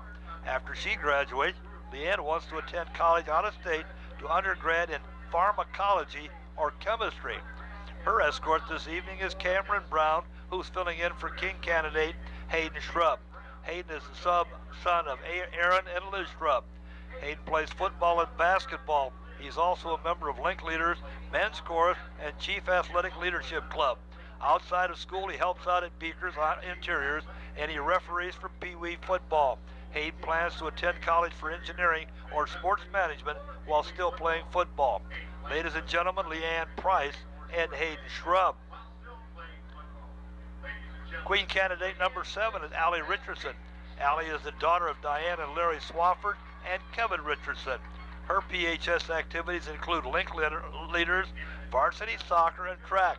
During the summer, she serves as a lifeguard at the Piqua Pool, and during the fall, she works at Tasty Treats. After graduation, Allie wants to attend Ohio University to become an athletic trainer. Her escort this evening is Corey Cottrell, who is filling in for King candidate Ben Schmazing. Ben is the son of Chris and Paula Schmazing. While at PHS, he has been a student council, National Honor Society, Link Leaders, Top 100, and the Student Athletic Leadership Team. He plays football and basketball and was the GWOC North Athlete of the Year.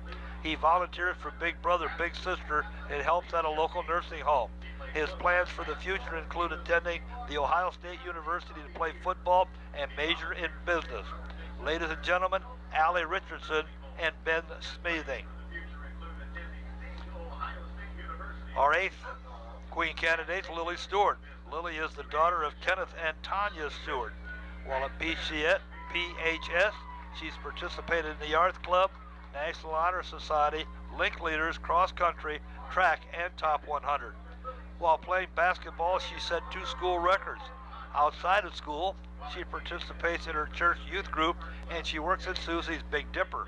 After graduation, she plans to attend the University of Cincinnati for graphic design. Her escort this evening is King candidate Ashton Wilson. Ashton is the son of Lindsay Lambert, Jason Frazier, and Jeremy Wilson. He's been a member of show choir for 4 years and a varsity soccer player for 2 years. He's also a member of the team youth group at Green Street United Methodist Church. He plans to attend a 4-year college and eventually became a pilot after graduation.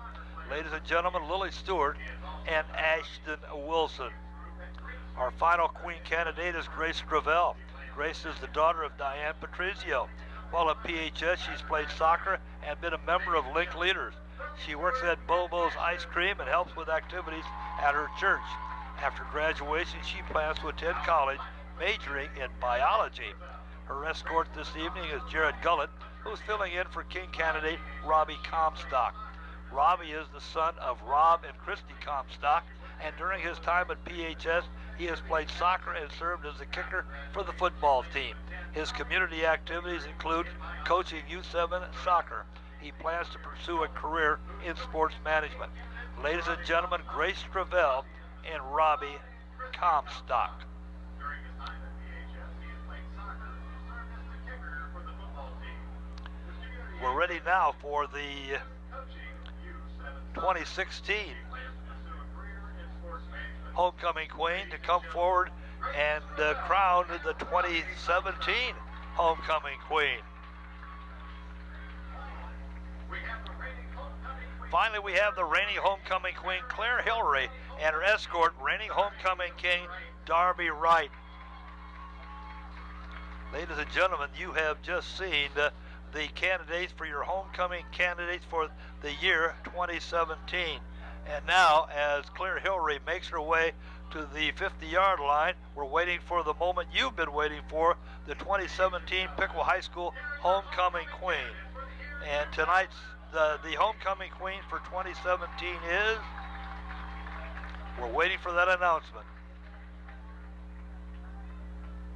And now, the moment you've all been waiting. Waiting for the announcement as to who the 2017 homecoming queen is going to be, and it's going to be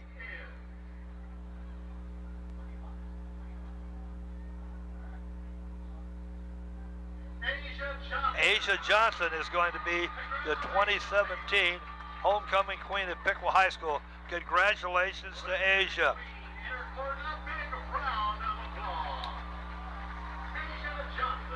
Asia Johnson is the homecoming queen for the 2017 school year. And again, that concludes the halftime activities on the homecoming. We're going to stay right here and take a break. And when we come back, we'll get with the third quarter of action. But while we're waiting, Bob, why don't we just go over the halftime stats? Okay, the score, of course, is Sidney 21, Piqua 7. First half, Sidney had 15 first downs, Piqua had 6. Sidney rushed 27 times for 184 yards. Piqua rushed 16 times for 84 yards. Passing yards, Sidney was 7 for 9, 72 yards. Piqua was 5 for 9, 53 yards with 1 interception. Total offensive plays, Sidney ran 36 plays for a total of 256 yards. Piqua ran 25 plays for a total of 137 yards. Penalties, Sidney penalized twice for 15 yards. Piqua penalized 4 times for 29 yards. Time of possession, Sidney had the ball for 11 minutes and 39 seconds. Piqua 12 minutes and 2 seconds. Individually, Sidney, for rushing, Isaiah Bauer rushed 23 times for 144 yards. Andre Gordon rushed 3 times for 40 yards. And Josh Harlett rushed once for no yards. For Piqua, Devon Brown rushed 10 times for 34 yards. Ben Smeezing rushed twice for 31 yards. Austin Davis rushed 3 times for 17 yards. Colin Rao once for 2 yards. Passing, Andre Gordon 7 for 9, 72 yards. Austin Davis 5 for 9, 53 yards. 1 touchdown and 1 interception. Pass receiving, Kelton Stockton for Sidney, 3 receptions, 33 yards. Isaiah Browser, 1 reception, 16 yards. Caleb Howers, one reception, 13 yards. Darren Taburn, 1 reception, 5 yards. For Piqua, Cale Mextroff, 3 receptions, 39 yards, 1 touchdown. Hayden Shrub, 1 reception for 12 yards. And Devon Brown, 1 reception, 2 yards. Punting, Sidney didn't punt at all. Micah Karn punted twice for Piqua and averaged 36.5 yards per punt. So, the statistics aren't surprising. Time of possession was pretty equal, but of course Sidney scores quickly when they have the ball, so it takes away a lot of them eating up the clock. Rushing yards, Sidney had 100 more rushing yards than Piqua, 184 to 84. That's the big difference in the ball game. Sidney's able to run the football almost whenever they want to, how they want to. Isaiah Bowser, 144 total yards. And Andre Gordon rushed for 40 yards. So Indians are going to have to do something about that if they want to get back in this ball game. And also, they have to get this football now, I think, and take it down the field and put it in the end zone, because if they don't, they can't afford to fall behind by more than 2 touchdowns. Here's the second half kickoff by Straumann. He gets it down. It's going to be picked up. I think that's Hayden Shrub. Hayden Shrub picks up the kickoff, goes to the 30-yard line. 1st and 10 for Piqua. You're right, Bob. The Indians are going to have to put something on the scoreboard. Falling 2 touchdowns behind this ball club from Sidney is a little bit dangerous. Let's see what the Indians do as we start the third quarter of play.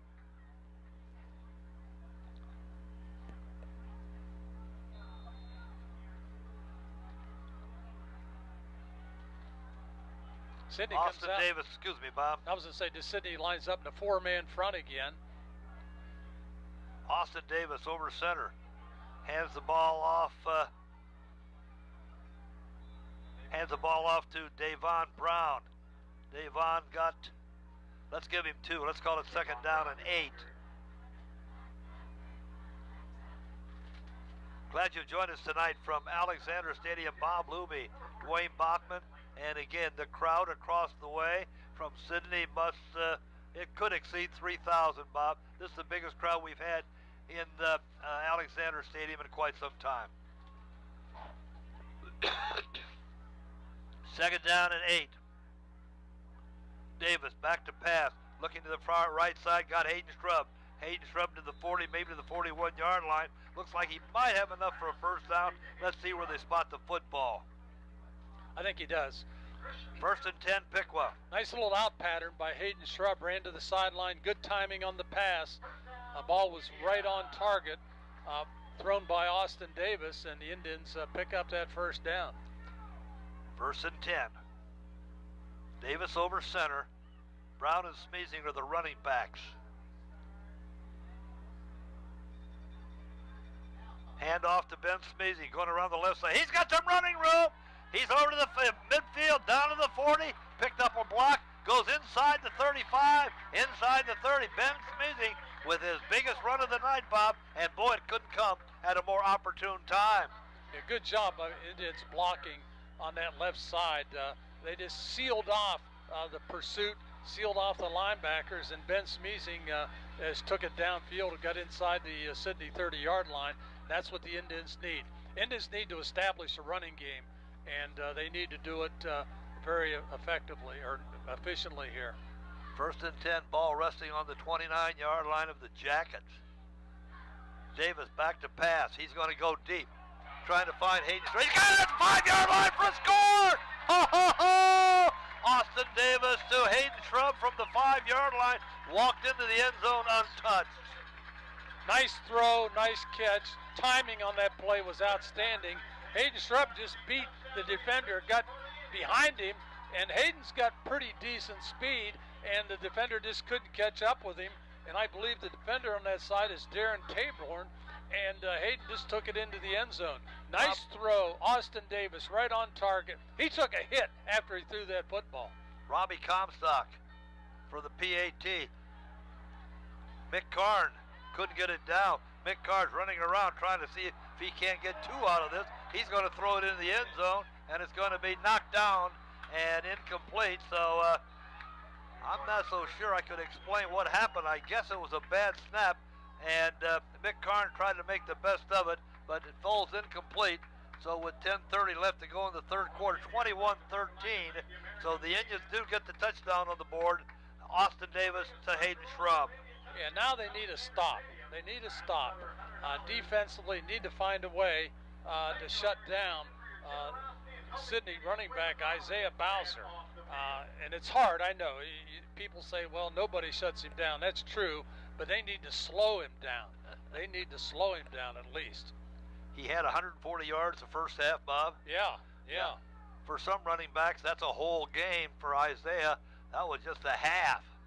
Averaging over 300 yards a game, I believe. 144 to be exact. Yeah. And that's halfway, almost halfway to 300. Well, the Jackets are going to kick it off now to the Indians. The Indians Indians are going to kick it off to the Jackets. Going deep is Bowser. Is that Gordon at the number 3? Okay, it's Gordon, not number 2. It's number 3. That's Joshua Hartland. Let's see what Robbie Comstock does with the kick. Here it comes. Squib kick. Going to be picked up at about the 27-yard line. Picked up by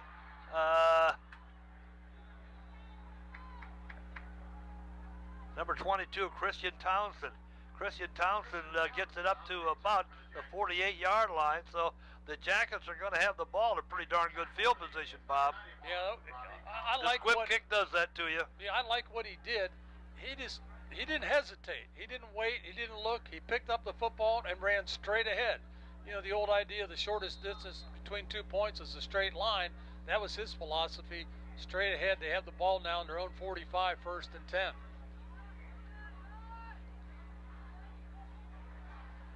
Here's a handoff to Bowser. Bowser's knocked out of bounds on the Piqua sideline, but not before he probably got 5, Bob. Let's see where they spot the football. I think we got to probably give him 6 on that. He's a runner, Bob. He is, and obviously Sidney's doing a good job blocking at the point of attack.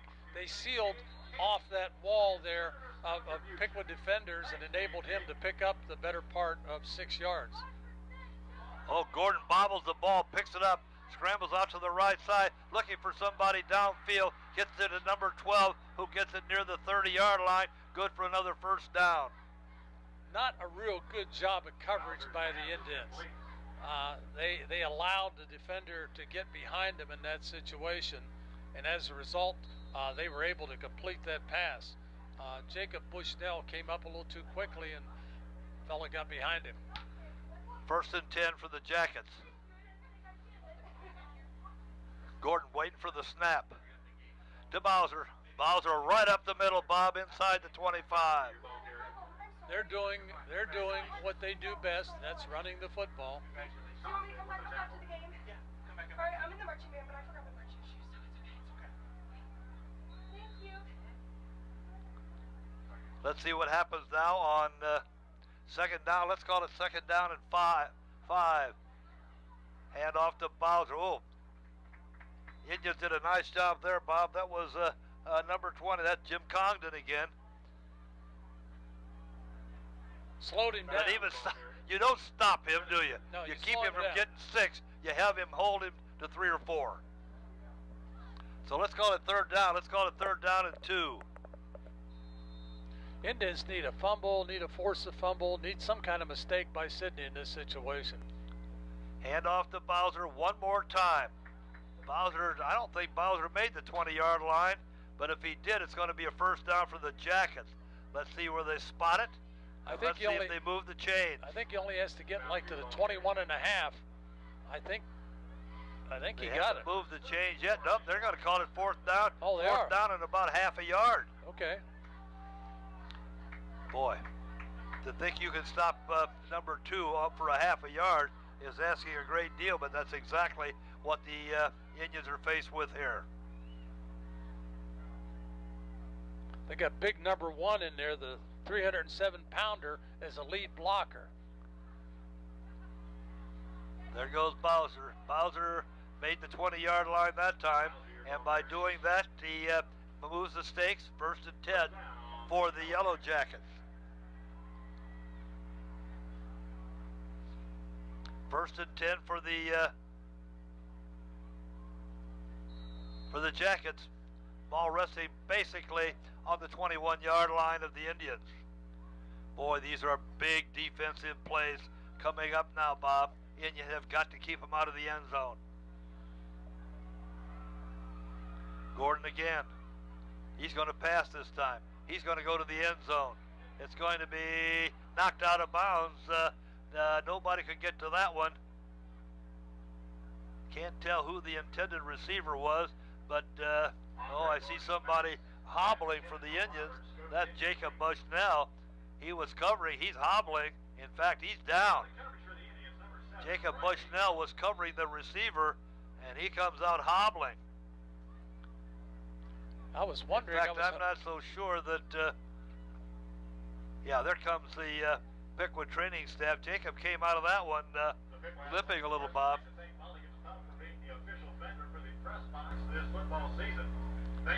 So, he's coming off the field a little gingerly, but he's coming off the field. Yeah, he went up in the air and it came back down. He may have landed wrong on that ankle, twisted a little bit, or just a bad bruise or something, but he had to come out.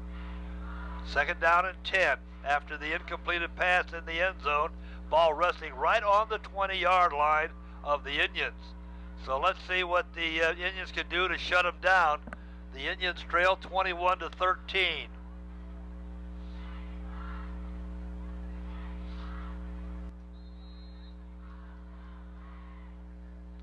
Andre Gordon waiting for the snap.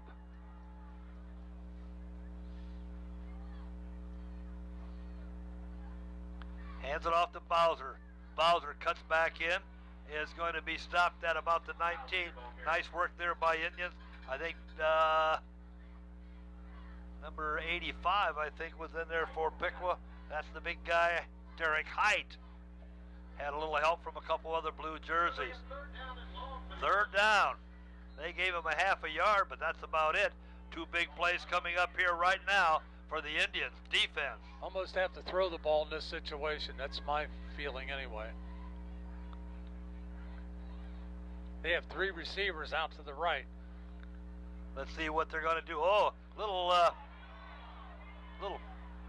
play there, giving it to That was a draw play to Bowser on Bowser. a draw play, but that didn't fool anybody, Bob. No, the Indians reacted very well, forced him to run laterally, and this took him into the sideline. So he may, let's see where they spot it.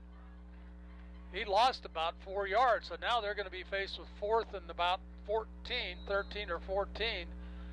And let's see what they come up with here in their playbook. That was a great play by the Indians. 2 or 3 people at the point of attack just drove him out of bounds. Fourth down. Gordon back to pass. Now he's to the far sideline. Looking, now he's still scrambling. Now he reverses his field. He's coming to the Piqua sideline. He's looking downfield. Now he's trying to find some running room and runs out of field at about the 25-yard line. So that's going to give the Indians the football. Big defensive stop.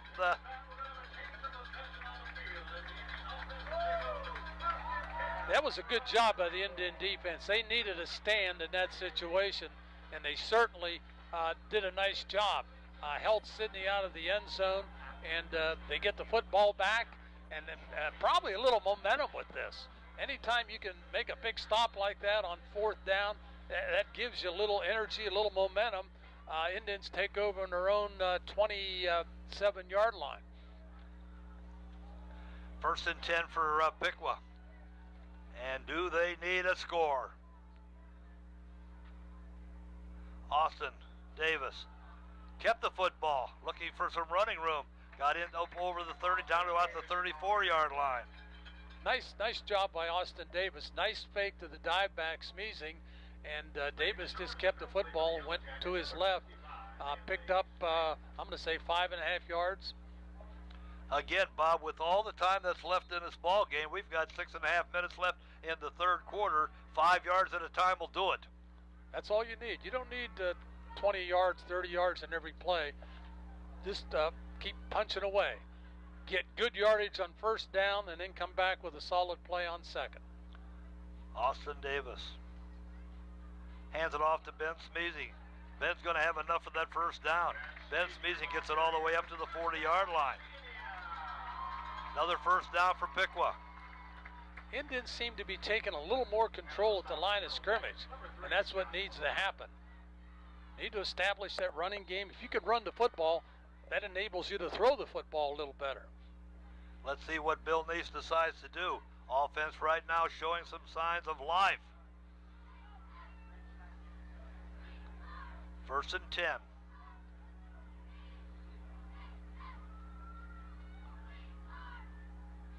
Handoff this time is to Davon Brown. Davon Brown. Davon Brown broke a couple tackles, got over the 50-yard line, so that's going to be enough for a Piqua first down. Another nice job, Davon Brown. I'll tell you, he was hit a little stutter step. He always keeps those legs moving. He's not necessarily a real big guy, but he's quick. He's got the quick feet, and he can see daylight, and that's what you need in a running back. First and 10 again. Ball resting now in Sidney territory at their 49-yard line.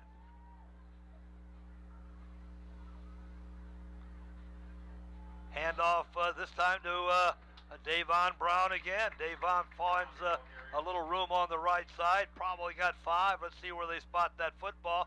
Let's call it second down and 5. Looked like about the same play. It was run to the Piqua right side of their offensive line. And a good job of blocking by Arbogast, Caden Clark out there, and freed Davon Brown to pick up the better part of 5 yards.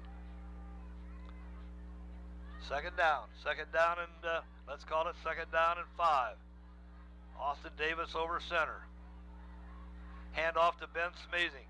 Ben's got enough room, and he's still on his feet. He's all the way inside the 30-yard line.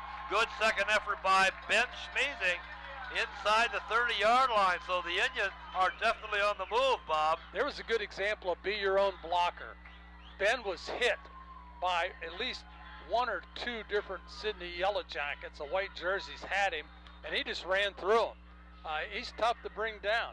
He's a big youngster. He weighs in. Tips of Toledo's about 222 pounds, and he's got a lot of thrust behind that. 1st and 10 for Piqua. They're moving. Little pass out to the right side to Hayden Shrub. Hayden Shrub's got it. Going to head for the sideline. Gets inside the 25-yard line. So right now the offense of Piqua is really, really in high gear. Well, after that stop, the Indians have picked up some momentum. You know, when you do something well, it encourages you to do more things well, and just a mental state. And they've turned that mental state into a physical presence by opening up a lot of holes and dominating the line of scrimmage right now. 2nd down and 4. Austin Davis handles the ball off this time to Davon Brown. He tries the middle of that Sidney line. I think he's going to be just a bit short of the 1st down, but very, very close to a 1st down. Let's call it 3rd down, but that's 3rd down in less than 1. Yeah, they got 2 chances now. They're in 4-down territory. What you don't want to do is lose yardage. You don't want to take a sack. Now, when I say that, I'm sure they're not going to throw the football, but you just have to get positive yardage. You have to straight ahead, power football. Austin Davis over center. Over to Ben Smeezing. Ben Smeezing is going to have the 1st down plus more. Ben Smeezing is going to be inside the 15-yard line. Going to be good for another 1st down, and the Piqua offense is going in the right direction in high gear, Bob. It's going downhill right now. I mean, they're on a slant, and they're running it right at Sidney, and the Sidney defenders are struggling a little bit. Do we have to give a little credit maybe to that offensive line? Oh, yeah. Yeah, I said the offensive line's doing a good job of getting off the football, controlling their blocks, getting a hat on a hat, and knocking people off the line of scrimmage. 1st and 10. Austin Davis. Well, he fumbled the ball, picked it up, and tried to get a little something out of nothing. And I believe he got a couple yards out of that ball that he fumbled from center, but was able to get, if we give him 2, we're being a little generous. Let's call it 2nd down and 8.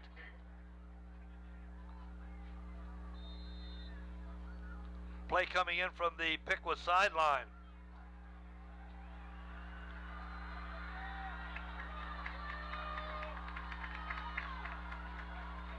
.235 left to go 3rd quarter. Piqua trails 21-13. Handoff this time to Davon Brown. Davon dives straight ahead. Gets to about the 5-yard line. Short of the 1st down. Let's see what they're going to, how they're going to mark it. Let's call it 3rd down. Let's call it 3rd down and 5. Be interesting to see if the Indians, if they don't get the yardage on this play, whether they try to make it a 4-down situation and go for it, or try to kick the field goal. Let's see what happens as Austin Davis brings him up to the line of scrimmage.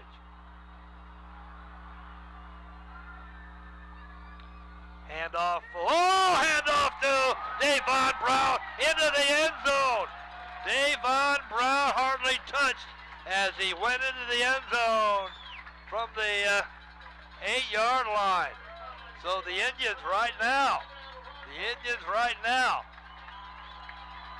are ready to decide whether they want to try for 1 or try for 2. Bill Neese is out signaling for somebody, and I'm guessing, Bob, not seeing Robbie Comstock out there, they're going to go for 2. I'll tell you, going back to Davon Brown, what a blast that was. I mean, he hit inside and just pulled away from people. Strong runner, smelt the end zone, and carried that rock into the end zone for the score. Indians going to try a 2-point conversion. Austin Davis out of the shotgun. Back to pass, sprinting out to the right side. Throwing to Ben. No! Ben Smeezing had it in his arm and couldn't bring it down. Falls incomplete. 1:50 left to go in the third quarter. Sidney 21, Piqua 19. I'll tell you, in Ben's defense, that wasn't the perfect pass. He was wide open, but the ball was thrown just a little high. He got one hand on it. It would be like a baseball player making a one-handed catch at the wall. It was catchable, but boy, it would have been a tough catch. You're right, Bob. You're right. You're watching high school football on the Indian Nation station. You're home for Piqua Athletics. Thanks to our sponsors, Mulligan's Pub, Dick Lumpkin, Piqua Harley-Davidson, Unity National Bank, the Miami Valley Center Mall right here in Piqua, Going Postal, SC Collectibles in the Miami Valley Center Mall, Beppo Uno, and Brownlee Ray Realty. So the Indians score the touchdown. They still trail 21-19. And boy, Bob, so far this second half has pretty much been Piqua time. No question about it. 2 scores by the Indians, and again, I keep using that word momentum. That gives the Indians momentum. It also gives you confidence to realize that, hey, you know, we knew we could move the ball on these guys, and now we're proving that we can move the ball. Again, need another stop in this situation. Can't afford to give up the easy touchdown. And, of course, the 2 missed extra points. How will that factor in as we get to the end of the ball game? Time will tell. Comstock with the kick. Line drive kick. Going all the way down to the 12-yard line. Picked up by number 11. That's Caleb Harris. Caleb Harris gets it up to about the 29-yard line, where he's dropped by a host of blue jerseys. So now, the Yellow Jackets. Now the Yellow Jackets finding the going pretty tough. Let's see what happens as they come out with 1:42 left to go here in this third quarter.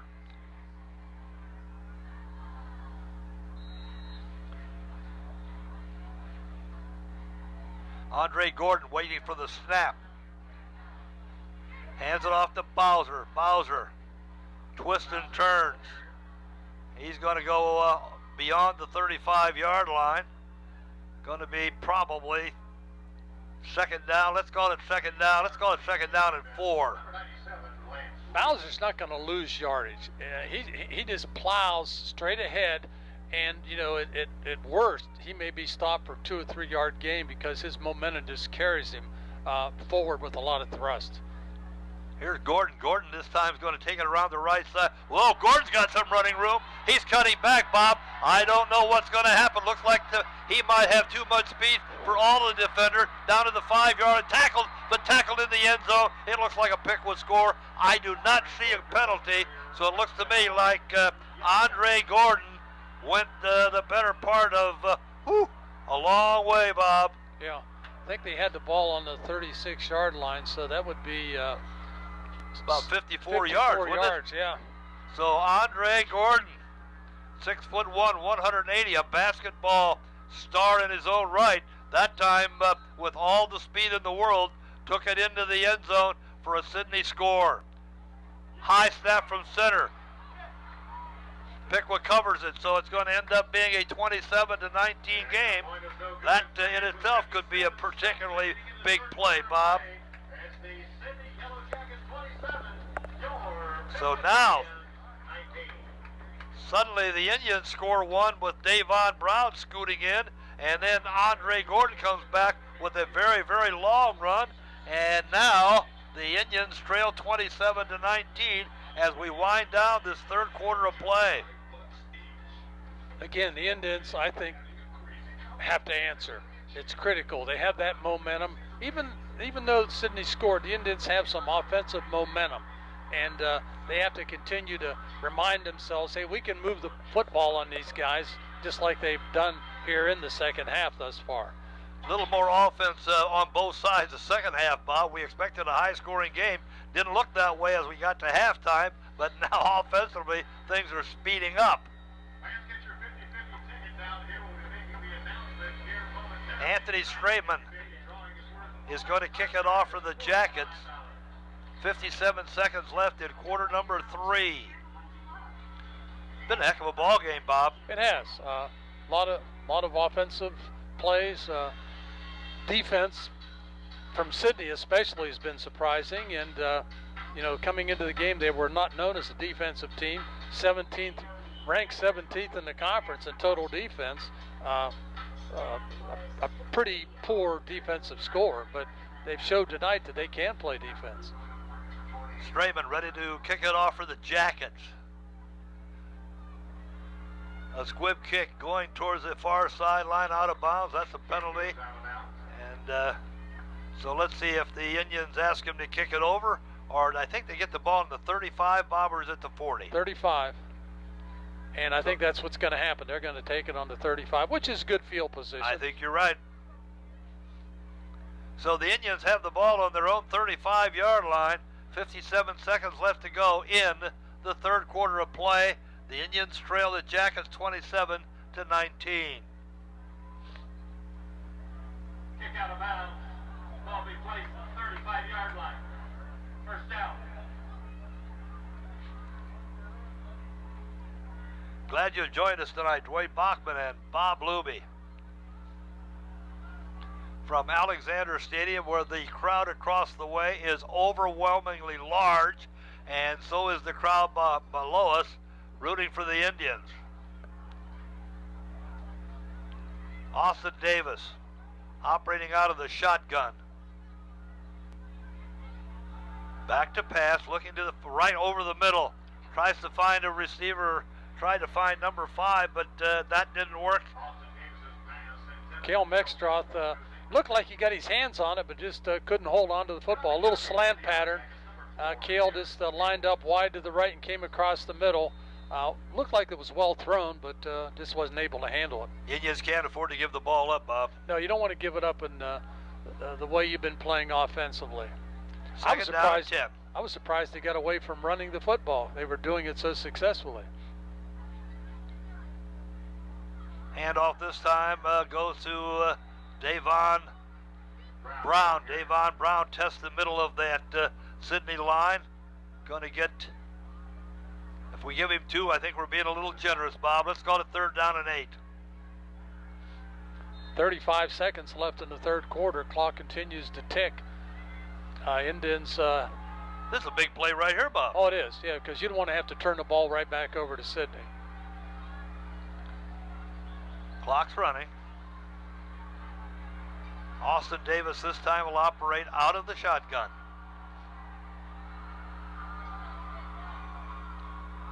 Going back to pass. Looking to the Piqua side, going to be incomplete. Is there going to be a penalty there? Yeah. Yes. One of the, and it was Bowser, I believe, ran into Hayden Shrub as he was trying to field that ball, and they called interference on Sidney. That was a good call. And boy, you almost could sense that was coming, because that was on the Piqua sideline, and the Piqua sideline went, now wait a minute, Bob. Now the officials suddenly are talking about it. They can't reverse that, can they? It looked pretty obvious from up here that the Sidney player elbowed him out of bounds. Let's see what they're going to call. Personal foul. Personal foul against Sidney, and that's what it should have been. First and 10 for the Indians. 15 yards from the previous spot. Going to give the ball to the Indians. Didn't call it interference. They called it just a personal foul. I believe he basically elbowed him, Yeah. Bob, and yeah, I think that was the call. Now the question is, why haven't they moved the stakes? There he's marching Now they're it off marking the now. ball off first. Yeah, it's from the line of scrimmage, so he's going to take it right across midfield into Sidney territory. 7 seconds left in the third quarter. So the Indians, I don't want to say got a break on the penalty. That penalty we could have called from up here. Yeah, and I think Piqua coaches are making some calls down there too. They were throwing their arms up in the air like they had a flag, which I understand. First and 10. Over centers Austin Davis. Now there's another penalty, offside on the part of the Yellow Jackets. So right now the Yellow Jackets are hurting themselves on the penalty phase of the game. going to be 1st and 5. Now the Sidney defense is starting to leak a little oil. Yes, they are, Bob. You know, as well as they played in the first half, now they're coming up with mistakes. You know, the Indians are running the football pretty successfully and moving it down the field. Up to the line of scrimmage. 2 wideouts here to the near side. Austin Davis is over center. Going to hand it off to Ben Smeezy. Ben's got some running room. Ben's going to have enough for another Piqua first down inside the 35. I think the Indians need to stick to that running game because right now they're controlling the line of scrimmage and really doing a good job of moving the football on the ground. That's going to be the end of quarter number 3, Bob. At the end of the third quarter, Sidney 27, Piqua 19. Piqua's got the football, and it looks like the offense is moving. Again, remember, you're listening to high school football on the Nation Station. Your home for Piqua Athletics. Wow, this is going to end up being a very, very exciting 12 minutes of play. Well, I hope it continues that way, and especially if the Indians can punch one in here. And again, it'll be interesting. Do you go for the 2 now, or you continue to kick and get within 1? Of course, if you don't go for the 2, you're not guaranteed you're ever going to score again either. Exactly right. So maybe they will go for 2. Let's see what happens as the Indians get ready. Here come the Jackets from the far sideline.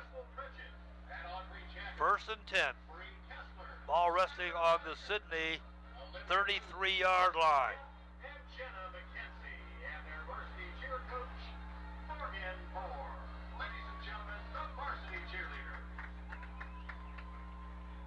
Umpire putting the ball in play. Austin Davis over center. Hands it off to Ben Smeezy. Oh, Ben is tripped up. I think he tripped up over one of his own players, so that one didn't materialize much. Let's see if he gained anything at all. And I believe it's going to be maybe a yard. Maybe a yard. That's going to be about it. Yeah. 2nd down and 9. That was unfortunate. Ben had a little more daylight to run through, but tripped over one of his own players, I think, Bob. Well, a foot, leg got in the way, and those things happen. 2nd down and 9. Austin brings him out. This time he's going to be over center. Hand off to Davon Brown. Davon tries the right tackle. Got a few. Going to be 3rd down. Let's call it 3rd down. 3rd down. I think we got to call it 3rd down and 6, Bob. 2 big plays coming up here. If the Indians want to keep possession of the football, they trail 27 to 19.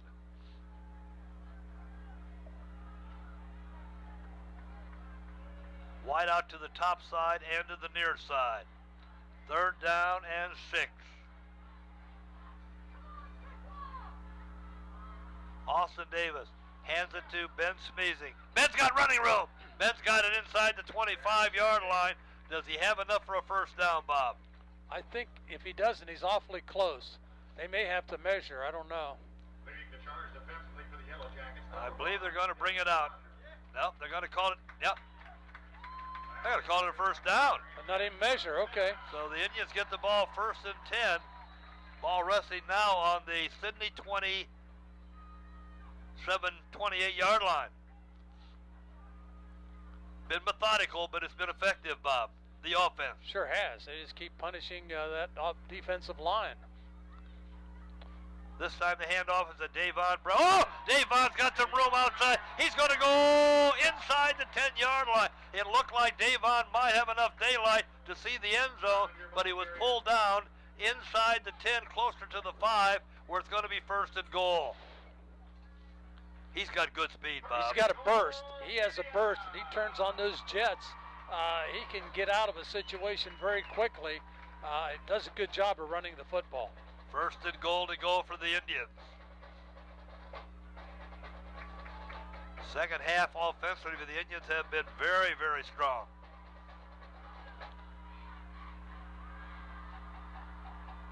Davis over center.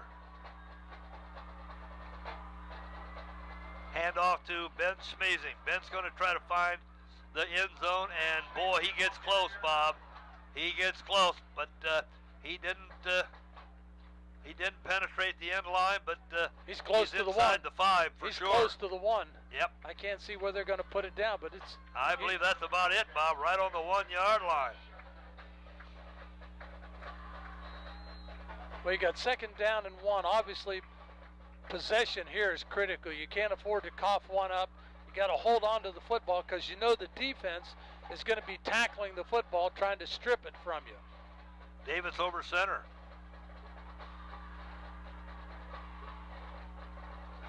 Hand off to Ben Schmeezing. Ben Schmeezing in for a score. Ben Schmeezing gets the touchdown for Piqua. And boy, oh boy, Bob, are the wheels turning on the coach's side as to what's all going to happen here. Official timeout by, well, I think I see one of the Sidney players down, so it's an injury timeout. So now with the score 27-25, well, Bob, you were the coach at one time. What do you do here? I think you almost have to go for 2. I really do. You're right. I think you have to go for 2 and see what you can do, because if you don't get it, you're only down by 2. If you kick it, you're still down by 1. That's right. And if you're down by 2, a field goal can still win it for you. Yeah. No question about it. Well, they're working on the injured Sidney player. We can't tell who it might be, but one of the injured players is on the ground inside the 5-yard line.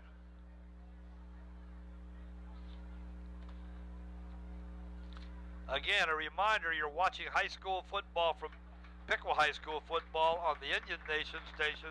You're home for Piqua Athletics. I think it's number 1, Devon Rogers. Oh, the big 307-pounder. Now, I look like a 1, but he's walking off. I can't get a good angle on his, but I think it is Devon Rogers. Well, let's see what Piqua's going to do, and it looks to me like they're going to go for 2, Bob. They're going to try to tie this thing up 27. Austin Davis over center. Schmeezing and Brown are the running backs. Wide out to the top side and to the near side.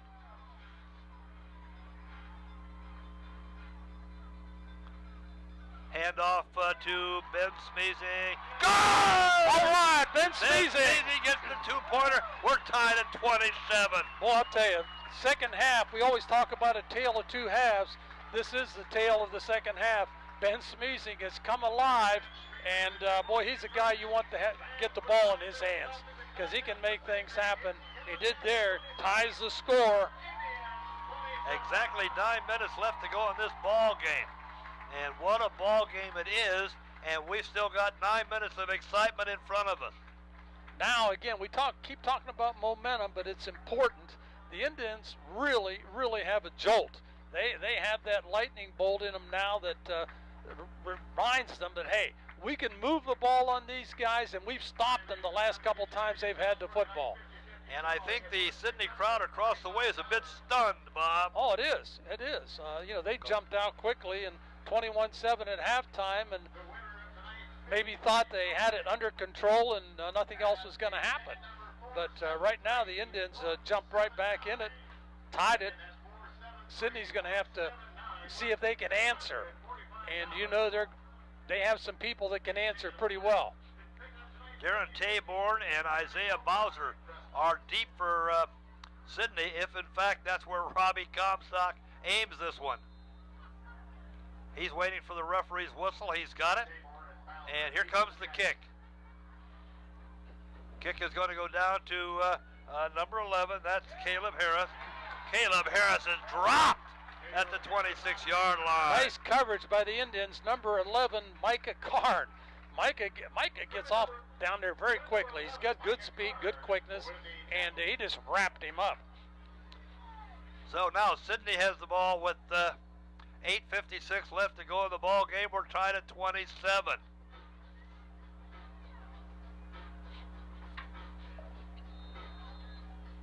Andre Gordon Waiting for the snap. Got to think mistake here. You're hoping Sidney puts the ball on the ground, commits some kind of mental faux pas.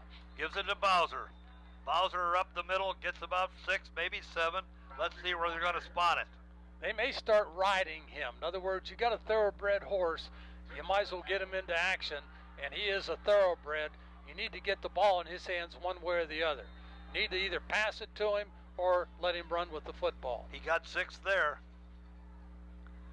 Again, everybody looks towards the Sidney sideline for the play. No huddle. Again, Andre Gordon for the snap. Hands it off to Bowser. Bowser this time goes to the 35-yard line, but that's going to be short of the first down. Going to be 3rd down. 3rd down. Let's call it 3rd down and 3. Number 97. I think it's a short 3, but a 3 nonetheless. I tell you, 97 Lance Reeves, a true freshman, playing defensive line for the Indians and doing a stellar job. A giant play right here for the Piqua defense. A stop here would be fantastic for the defense. Gordon gets the snap. Hands it off to the big guy. Boy, Bowser got enough for a first down, Bob. Yeah, his power, it's just hard to, if he has 3 yards or less to get, it's almost automatic with him. It's hard to stop him unless he runs laterally and you pursue. If he's running straight ahead, he's almost a given to get the yardage. 1st and 10. Ball resting now on the Sidney 44. Officials huddling right now. Not exactly sure what it's about, but we're putting the ball in play, so it doesn't make a whole lot of difference. 1st and 10.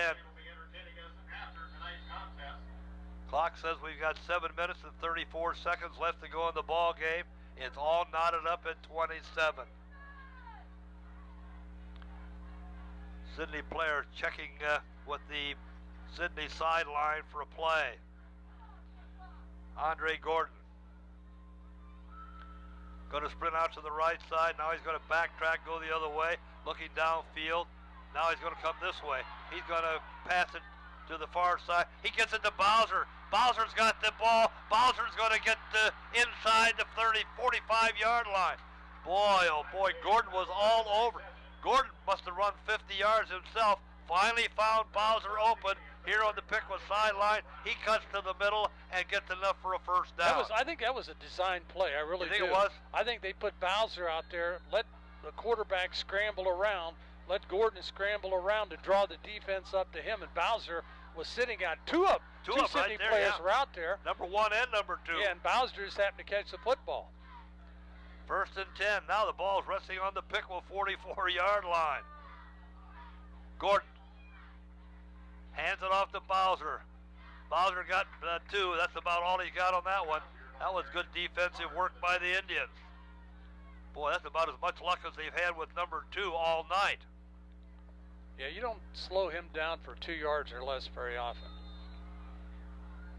Clock continues to tick. 6:20 remaining in the ball game. The score tied at 27. Let's see what the Sidney coaches decide to do. Andre Gordon with the snap. Hands it off to Bowser. Bowser around the left side. He's going to have enough for another Sidney first down right around the 30-yard line. Wasn't anything fancy about that, Bob. No, just get the ball out in the perimeter to Bowser and let him run. He gets a key block out on the perimeter and pushes it upfield. Didn't quite make the 30-yard line, the 31-yard line, but it's 1st and 10 for Sidney. Now the Sidney offense starting to move.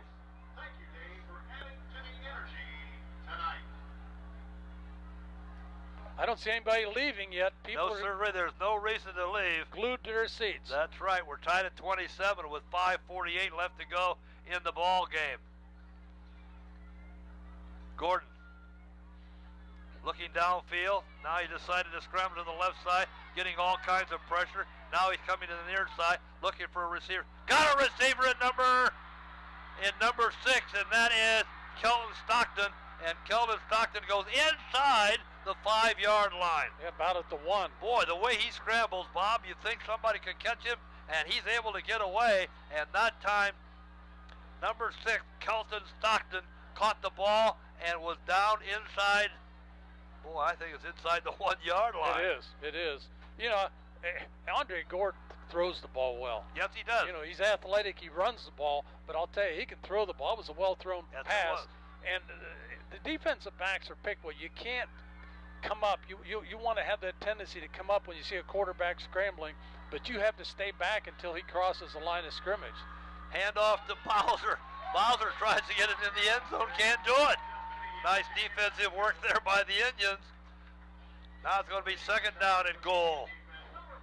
Looked like number 51, Brendan Toops, 6 foot, 209-pound junior, stepped up there and led that charge. Still on the 1 yard line for the Jackets. Looking to the sideline for the play.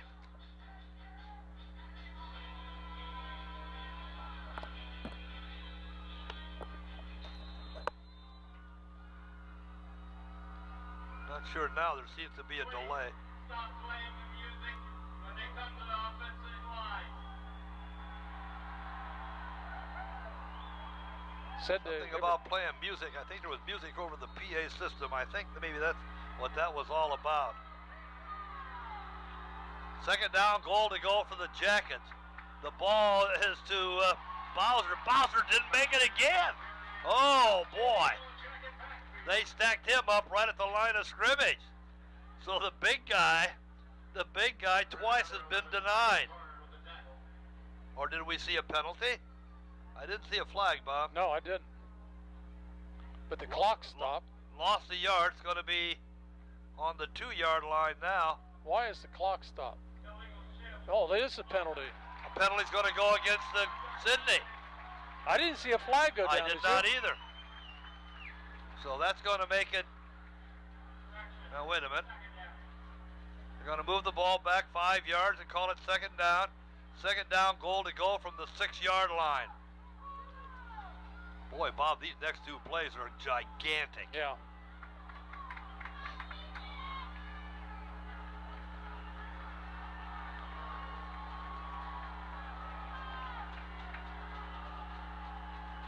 Andre Gordon with the snap, gives it to Bowser. Bowser spins! Bowser spins his way, but not very far before Derek Height put the kibosh to him at the 6 or 7 yard line. I don't know if he got an inch. So now, Bob, it's fourth down. Whoops, excuse me, third down. Third down, yeah. Third down. Goal to go from the 7 yard line. And these last couple yards have been awfully difficult for the Jackets. Indian defense really stepping up. Oh, my. Stepping up to make plays. Now look for Gordon. Look for Gordon to try to put some razzle-dazzle into this because of his agility and speed. He can get out on the perimeter and cause a lot of problems. He's waiting for the snap. He's got it. He's going to go around the right side. He's not going to have any luck. He's scrambling. He's still on his feet, but now he's going to run out of football field. And he's down at the 20-yard line. Yep. Went to the well with Gordon, and the Indian defense, I'll tell you, did a fantastic job pursuing, didn't lose touch of where he was, and knocked him back to the 20-yard line. Now the question, now you're faced with a fourth, and where is he? On the 20? Fourth and on the 20-yard line, goal to go, Fourth Bob. and 19. Now what do you do is right. I don't know if they have a kicker. The clock's ticking now, 3 minutes and 8 seconds left in the ball game. Are they going to go for it, or are they going to try to kick a field goal? Maybe it's out of the kicker's range. They're looking for a play. Indians have to be conscious of the pass. Conscious of the pass. 5, 4, 3. Now Looks all like of a sudden they're going to have to call timeout. Sidney calls timeout. 2:50 left to go in the ball game. We're tied at 27. Fourth down and goal to go on the 21-yard line, Bob. Oh, man, You don't see that very often. that was a tremendous stand here by the Indians. Oh, my gosh, yes. It was, first down, goal to go on the 1. Yeah, and they're not out of it yet. No. Don't get me wrong. But when you're faced with a 4th and 21 versus a 1st and 1, huge difference in Yes, there. sirree. Huge difference. So let's see now what happens. Not so much what Piqua's going to do. I think the real problem is, if you're looking at problem, the problem is on the far side, the guys in the white jerseys. got the problem because they've got to decide whether or not they've got a 4th and goal to go from the 21 play in the book. Well, Bob, your book. Yeah. You got one in there for 4th and 21 with goal to go? Oh, I have one for Sidney.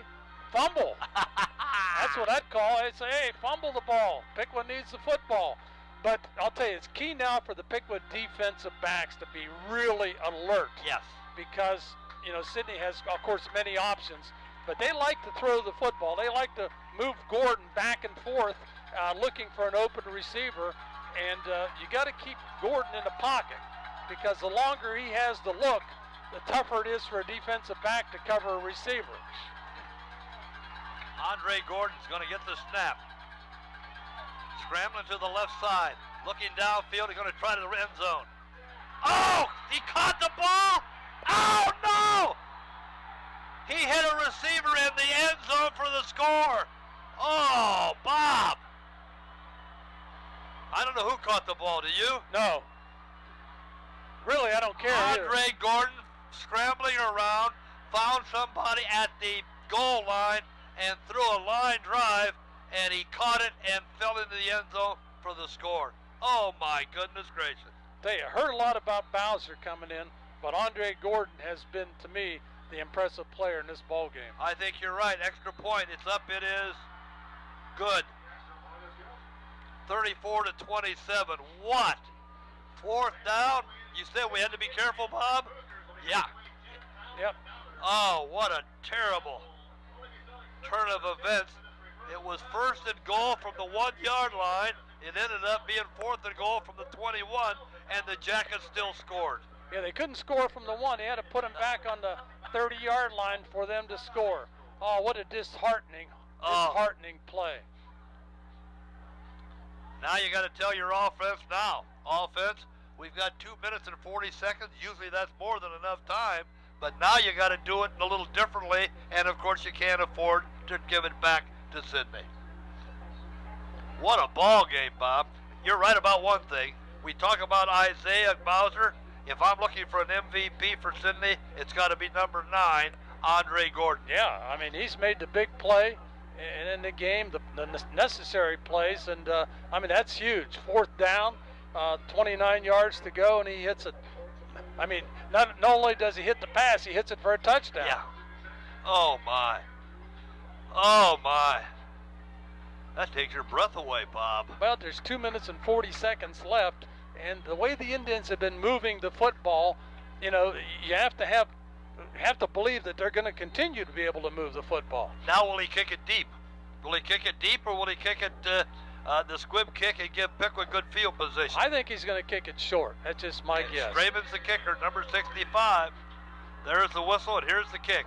Yes, that's exactly what it's going to be. It's going to be picked up and down right on the 30-yard line. So for Piqua, I guess you might say, Bob, it's 1st and 70. Let's see what happens as the Indians put it in play. They trail 34-27. Well, again, they have 2 minutes and 39 seconds to move the football, and they've, again, proven in the second half that they've been able to move the ball against Sidney. We'll see how aggressive this Sidney defense is. You have to think they're starting to wear down a little bit because the Indians have certainly taken it to them in the trenches, running the football and running it very successfully. Let's see what happens as the Indians come out of the huddle. 1st down is the key. You need 4 yards on 1st down. Austin Davis in the shotgun. He drops it off. Drops it off to Davon Brown, but Davon Brown was dropped at the 25-yard line, and that's going to be about a 4 or a 5-yard loss. That was not what we needed the 1st down, Bob. No, you needed positive yardage, and they lost 5. Indians are going to take a time out here and talk about it.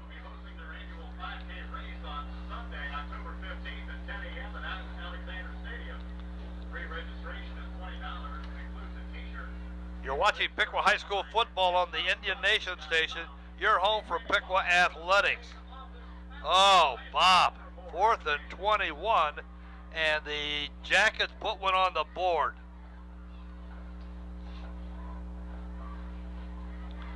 Well, Indians are See, when you're fourth and second and 15 now, it's very difficult to run the football to get big yardage. That's right. You know, they were picking up 5-6 yards, but now when you're lose 5 on your first play, you're almost kind of forced into a situation where you have to throw it. I think you're right, Bob. Let's see what Piqua decides to do. 2:33 left.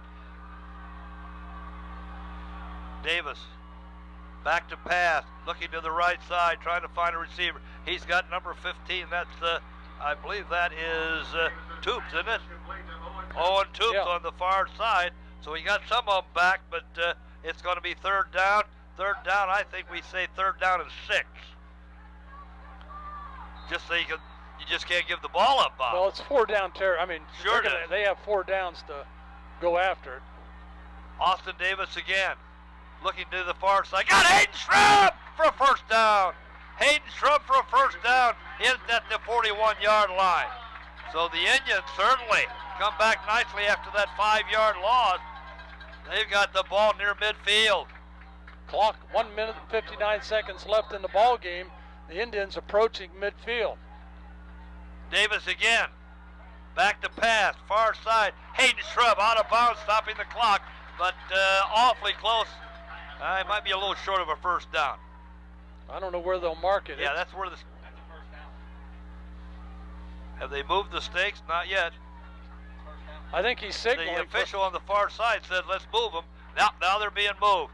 First and 10, the ball now in Sidney territory. 1:52 left to go in the game. Indians trail 34-27, but they're moving. Austin Davis back to pass on the far side to Hayden Shrub again. Did he catch it in bounds? Yes, I believe he did.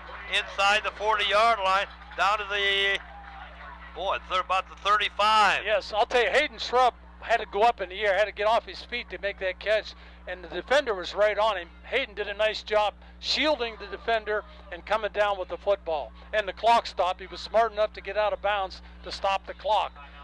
So now Now Sidney's calling timeout, Bob. The wheels are turning. The wheels are turning. What an exciting game this has been. Now I think you can come back and run the football a little bit. Right. You've got 1 minute and 47 seconds left. Sidney's been playing the pass. Piqua's convincing him, seems to convince him they're going to throw the football. Now maybe it's a chance to come back and try to run it. If I'm reading the scoreboard correctly, Piqua has 2 timeouts left and Sidney has just 1. Could be a factor here before this one's over. Then, of course, Bob, if the Indians could put one over, put one in the end zone, you tie it up, take it into overtime. Boy, I'll tell you, I'm going to have to think on that one a little bit because, you know, you have the short field in overtime, Yep. and you got a back like Bowser. You give him the football on the 25-yard line, he's like a cannonball. He's going to explode. I don't know. I'm going to think about whether I would go. Davis back to pass, over the middle. No good. Hey, Colin Rowe was bumped by number 11. That's Harris. So that's going to be pass interference, I think. I don't know what else it could be, Bob. Unless he held him. I didn't see it. I was shielded from that. I'm guessing it's interference. Yeah. That's right. That was the call that should have been made. So that's going to be a first down for Piqua. Let's see where they spot the ball. They haven't spotted it yet. They're going to spot it at the 21-yard line. Yeah, first and 10 for the Indians on the Sidney 21, 1 minute 42 remaining in the ball game. Indians up to the line of scrimmage. Austin Davis out of the shotgun. I think somebody moved, Bob. Yeah. I guess not. Going to throw it in the end zone. Anybody down there? No! Almost hit him. Who was it intended for? Hayden Shrub. Had it, looked like he had it, and it popped out of his hands. Yeah, a couple white shirts down there, but Hayden almost stole that away from them. Ooh, I thought somebody moved from Piqua. Yeah, he did. Wait a minute. There is a penalty. Illegal motion. Offense. Yeah. Number 5. High yards. Saves us a down. Yeah. Saves us a down. Yeah, the tackle came out of position there. I didn't. Am I missing? Are the flags green?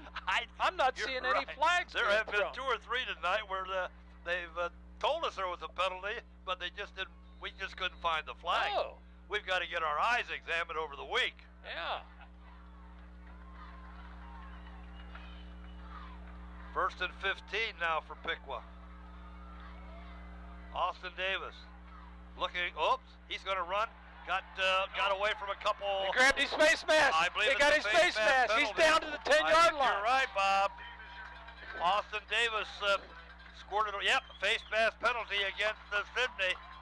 That was a good call, Bob. That was one that was pretty obvious even from up here. Now the Indians can reject the penalty, obviously, right? Yeah. Would that be? Well, did he get enough for a first down? Now, looking at the options here, Bob.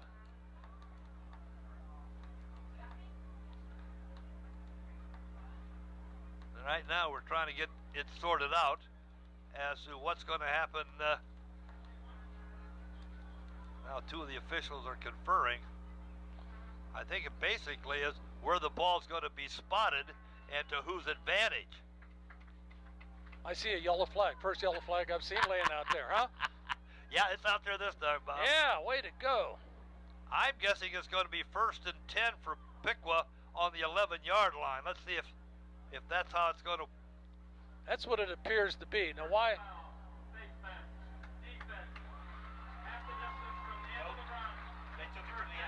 First down.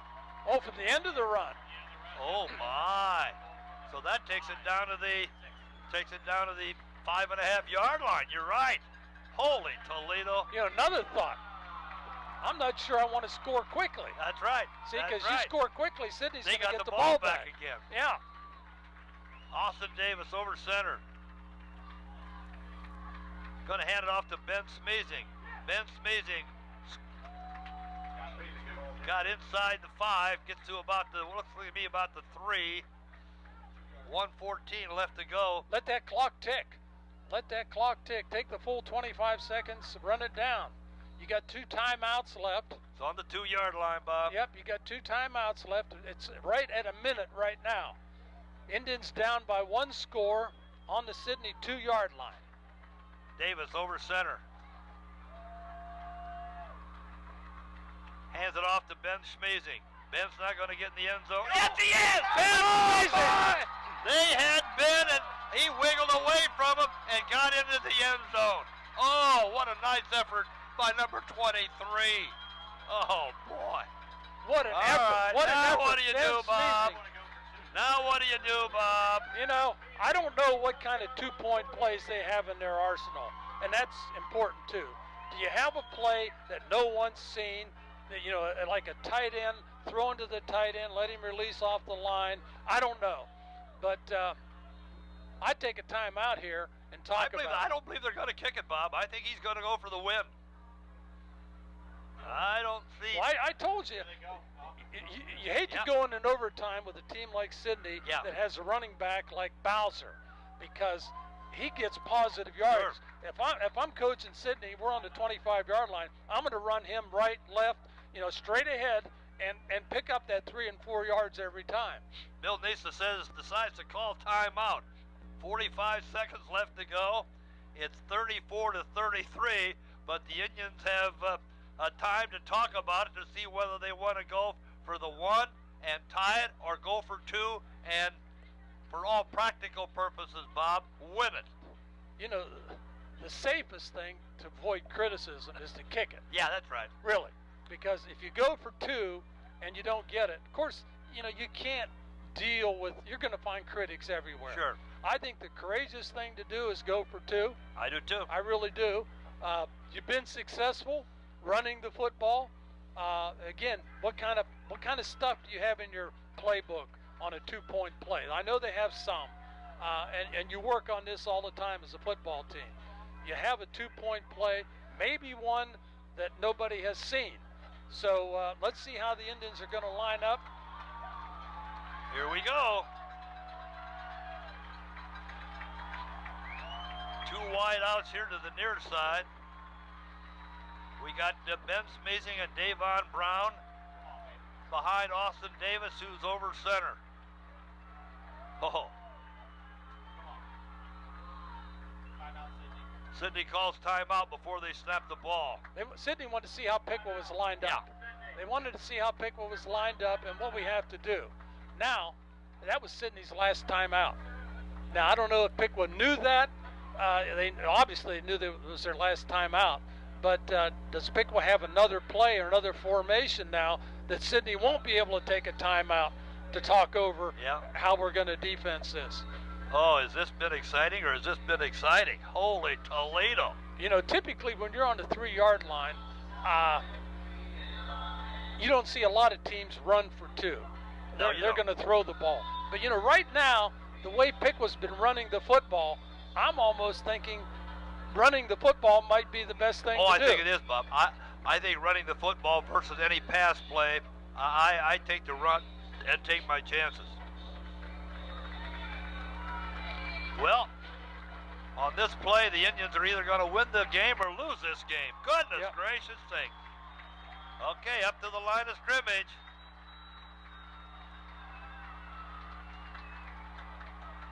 This is it. Austin Davis looking over the defense. Over center. Hands it off to Ben Smazy. Ben Smazy loses the football, and it's picked up by one of the Indians, but I believe, Bob, that's going to do it. It didn't work. In fact, the play never really looked like it was going to materialize. Looked like it was going to be a pitch out to Smazy, and Ben didn't have a chance. Too much penetration. They had a blitz on. They were bringing people, and you know, again, that's what happens. A great effort by the Indians. Now you almost have to feel they're going to go for the short kick. You have to. They got to go for the short kick, try to recover, and have another opportunity. Tough ball game to lose when you come back this far. Well, I hate to say it's over because it isn't, but with 45 seconds left to go, and you're going to have to kick it to Sidney, it would certainly look like we're in dire need of something very, very special. And an onside kick might be the only thing that looks like it makes any sense right now. Yeah, you know, if they get the football, they're going to just run the clock out or give it to the big guy.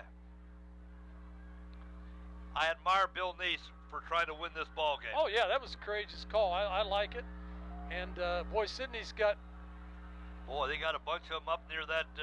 They got 10 people within 10 yards of the line of scrimmage. They got big number 1 right in the middle.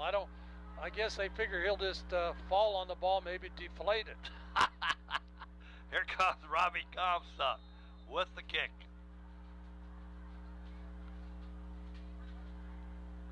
There it is. It's on the ground. Let's see who's got it now. The referee says Sidney's got it. So the Yellow Jackets are going to put it in play. 1st and 10 with 45 seconds left to go, and the Yellow Jackets have a 34-33 lead. Oh, Bob. What an exciting football game between two rivals.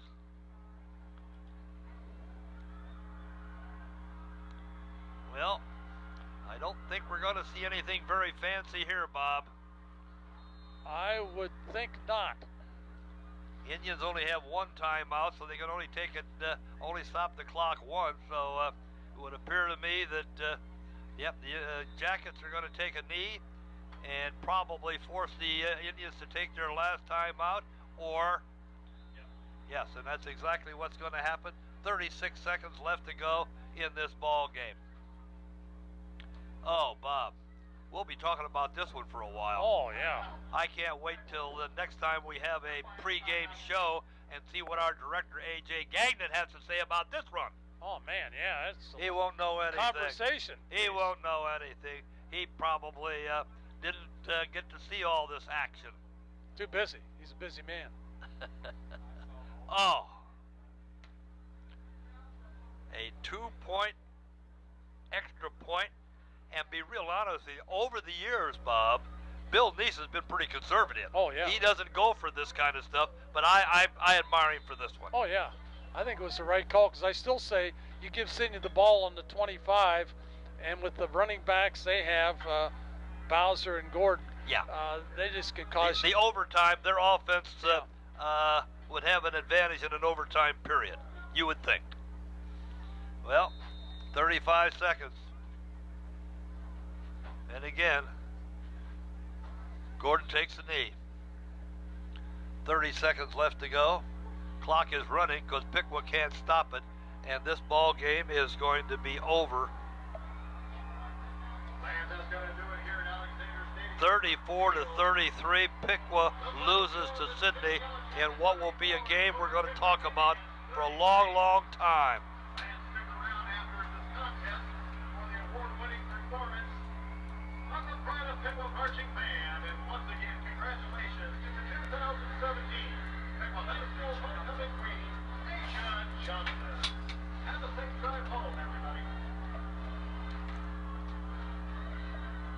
Well, Bob, 34-33.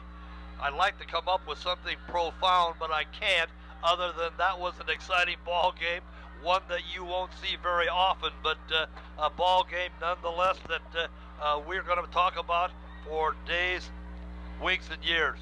Coach Krejci coming by to say hello.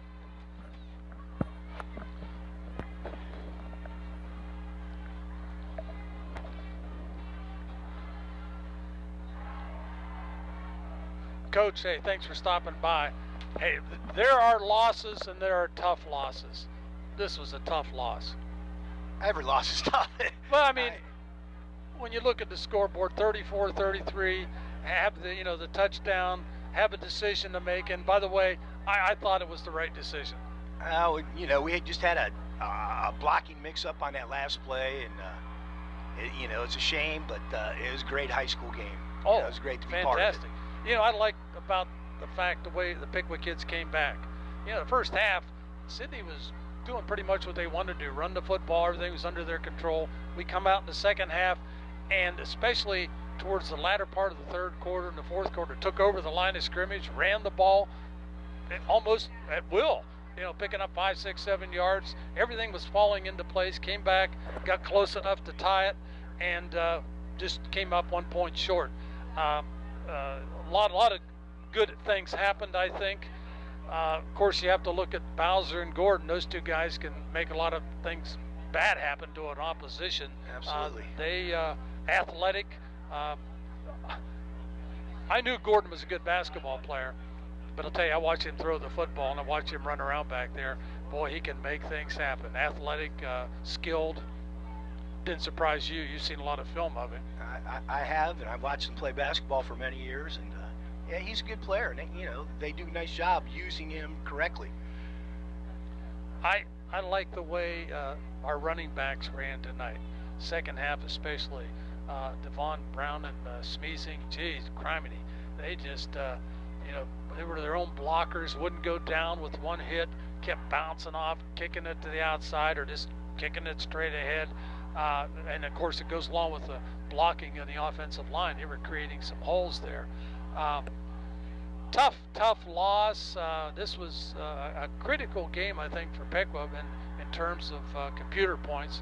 We could have picked up a barrel full, but it didn't work out that way. And again, can you build on a game like this? Oh, you certainly can. We did a lot of good things. Showed a lot of heart, like you said, in terms of being down 21-7 at halftime. Came out and executed, and just a great game all around. And we're proud of our kids, and they're resilient, and they'll come back, and we'll play just as hard next week.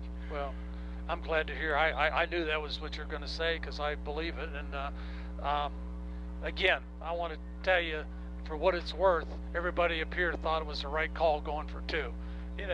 I told Dwayne, I said, Dwayne, you shorten the field. You give in an overtime. If you give Sidney the ball on the 25 and they got a running back like Bowser,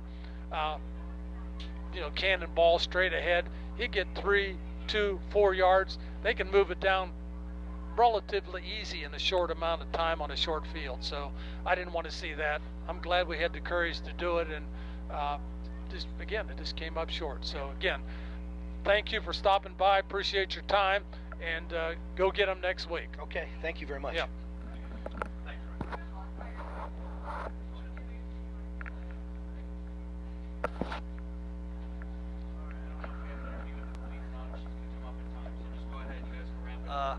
Bob Luby, I'm still at a loss for words how you lose that one. But while we have a chance to take a peek at our observations, how about giving us some of the stats? I'll tell you, I'll start with the score. Everybody listened to the game, watched it, knew 34-33, Sidney defeats Piqua.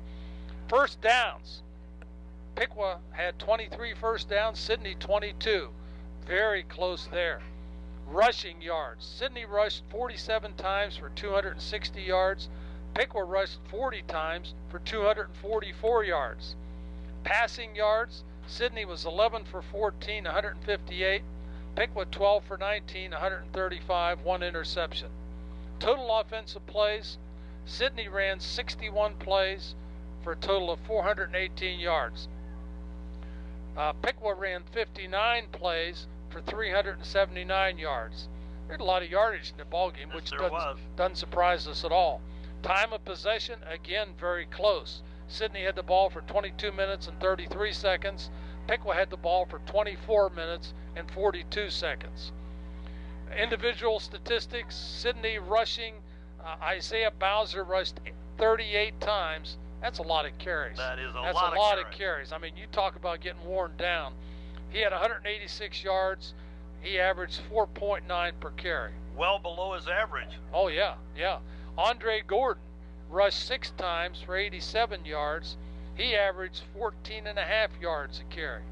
On the other side of the ledger, Ben Smeezing had a great second half. 13 carries, 119 yards. He averaged 9.2 yards per carry.